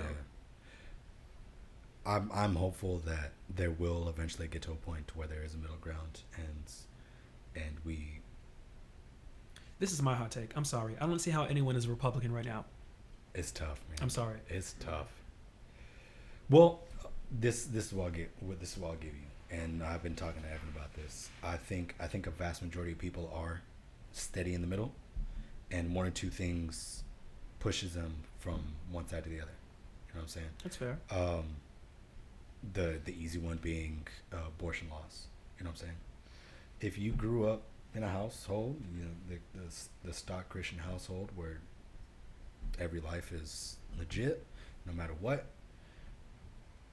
but you don't really care, like, you're like down for the racial, like, you like don't really care about anything else, like you're equal on all the parts except for that one thing, what's your party gonna be? I'm pro-choice. No, I'm saying, but like in that situation, if you are for abortion, your side is going to be Republican, so then you've got to be Republican. The problem is you having to go to those voting booths and pick a side out the gate. You know what I'm saying? It's interesting, because the thing is, like, there's so many people that want a third party formed. Like, there are a lot of people that are independent, or there are a lot of people that there's so many crossovers with policies. Like, there are things I don't agree with on either side. There are things I agree with both sides. Yeah. But I think my pendulum is going to swing to the left regardless. Because for me, like, it's always a tricky topic when you talk about things like abortion and, religion and all that, because it is something that's weaponized. It is something that's absolutely weaponized. And for the record, I am pro-choice. Let that just be very clear. Because nobody come for me, please. Yeah, because if we're gonna touch on it, like, what happens when that child is born into a poor family that has to rely on government assistance? Yeah. What happens if that child is, a person of color, or the child of an immigrant, or that child is LGBTQIA? What there's so many things, because people are, pro-life, but then you see how they value these lives. You see how they treat these lives that are other than them. If you were really pro-life, you'd be pro, like, Black Lives Matter. Yeah, absolutely. Yeah. Like, I'm down. Like, if you're pro-life, cool. Be pro-life across the board. Yeah. Let's talk about ICE. Let's talk about Black Lives Matter. Let's talk about all these things. You know what I'm saying? Like, let's not pick and choose which lives you're down with. Like, if you're going to have that energy, have that energy. I think it's the picking and choosing. I mean, like, not to idealize the America of the past, but I think there was a certain level of, like, people were about like I feel like America was about one thing, but we were like going towards a goal. Yeah. But you know, especially like in the '60s, like there was a lot of like counterculture, but the counterculture, everyone was like pushing towards one goal. And I think that's fair. Like recently, we've kind of like gone back into that. Of like we've gone back into the counterculture. Everyone's pushing towards one thing. And I think that's like essential for the future. Is that we all like you said, like if it means we all swing left, it means we all swing left. Yeah. Like it's like we're all gonna push towards something. Because I just don't see, because that's the thing. So much is tied up in us being bipartisan. So much is like tied up into party affiliation that there is no middle ground. Because it's like you're over here, and like it is doomed to us in so many so many ways. There's so much policy that's caught up. We can't push forward because we're stuck going back and forth. Like. Yeah, and that's why I'm holding on to that centrist belief, because I feel like that's the only way eventually we'll be pushed forward. I think in the climate of which we're in right now, I think we're going to swing left, and then that's going to go forward, and then I think we'll swing back towards the center. And I like that if you're a true centrist, and that's the thing. Because what I've noticed is like centrists will have a leftist life view, but politically they swing right. So it's like... I see what you're saying. It's, for me, it's like, because we have centrist Democrats, and the policy that they try to push isn't aggressive enough to get anything done. Yeah. I think the only, like, I don't even know if she was centrist. I think she might have been moderate or whatever. Yeah, I don't moderate centrist, potato. Whatever.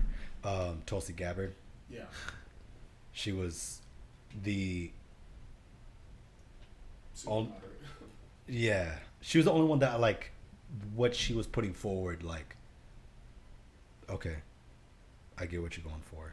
I don't agree with all of it, but like you're trying to be progressive in that middle lane. Did it work out? Obviously not. Yeah. But, you know, it's politics are weird. Yeah, and that's that can be a whole nother podcast. But yeah, what it boils down to is we want action, and we want, you know, progressive policies. And if something that you're pushing is lukewarm, like it's just not gonna get anything done. We're back to where we were. Right. Yeah, Joe Biden, It's a rough one, man. It's a rough choice. Well, haven't you got anything else, Doc? I'm just about out. You straight? Dwight, you straight? I'm good. Well, brother, I appreciate you coming out, man. Thank you for having me. It was a blast getting to talk to you after all this time. It's been real. As always, man, I appreciate everybody coming through that gave a listen. Hopefully you guys stick around for the next one and for the ones to come for the future. I mean, you got anything that you want to plug at the end specifically? Not at the moment, but I definitely think I'll be sitting at this table sometime again, for sure. I hope so, man. You're always welcome to come through. And like I said, hopefully we'll have the setup a little bit more done by that time.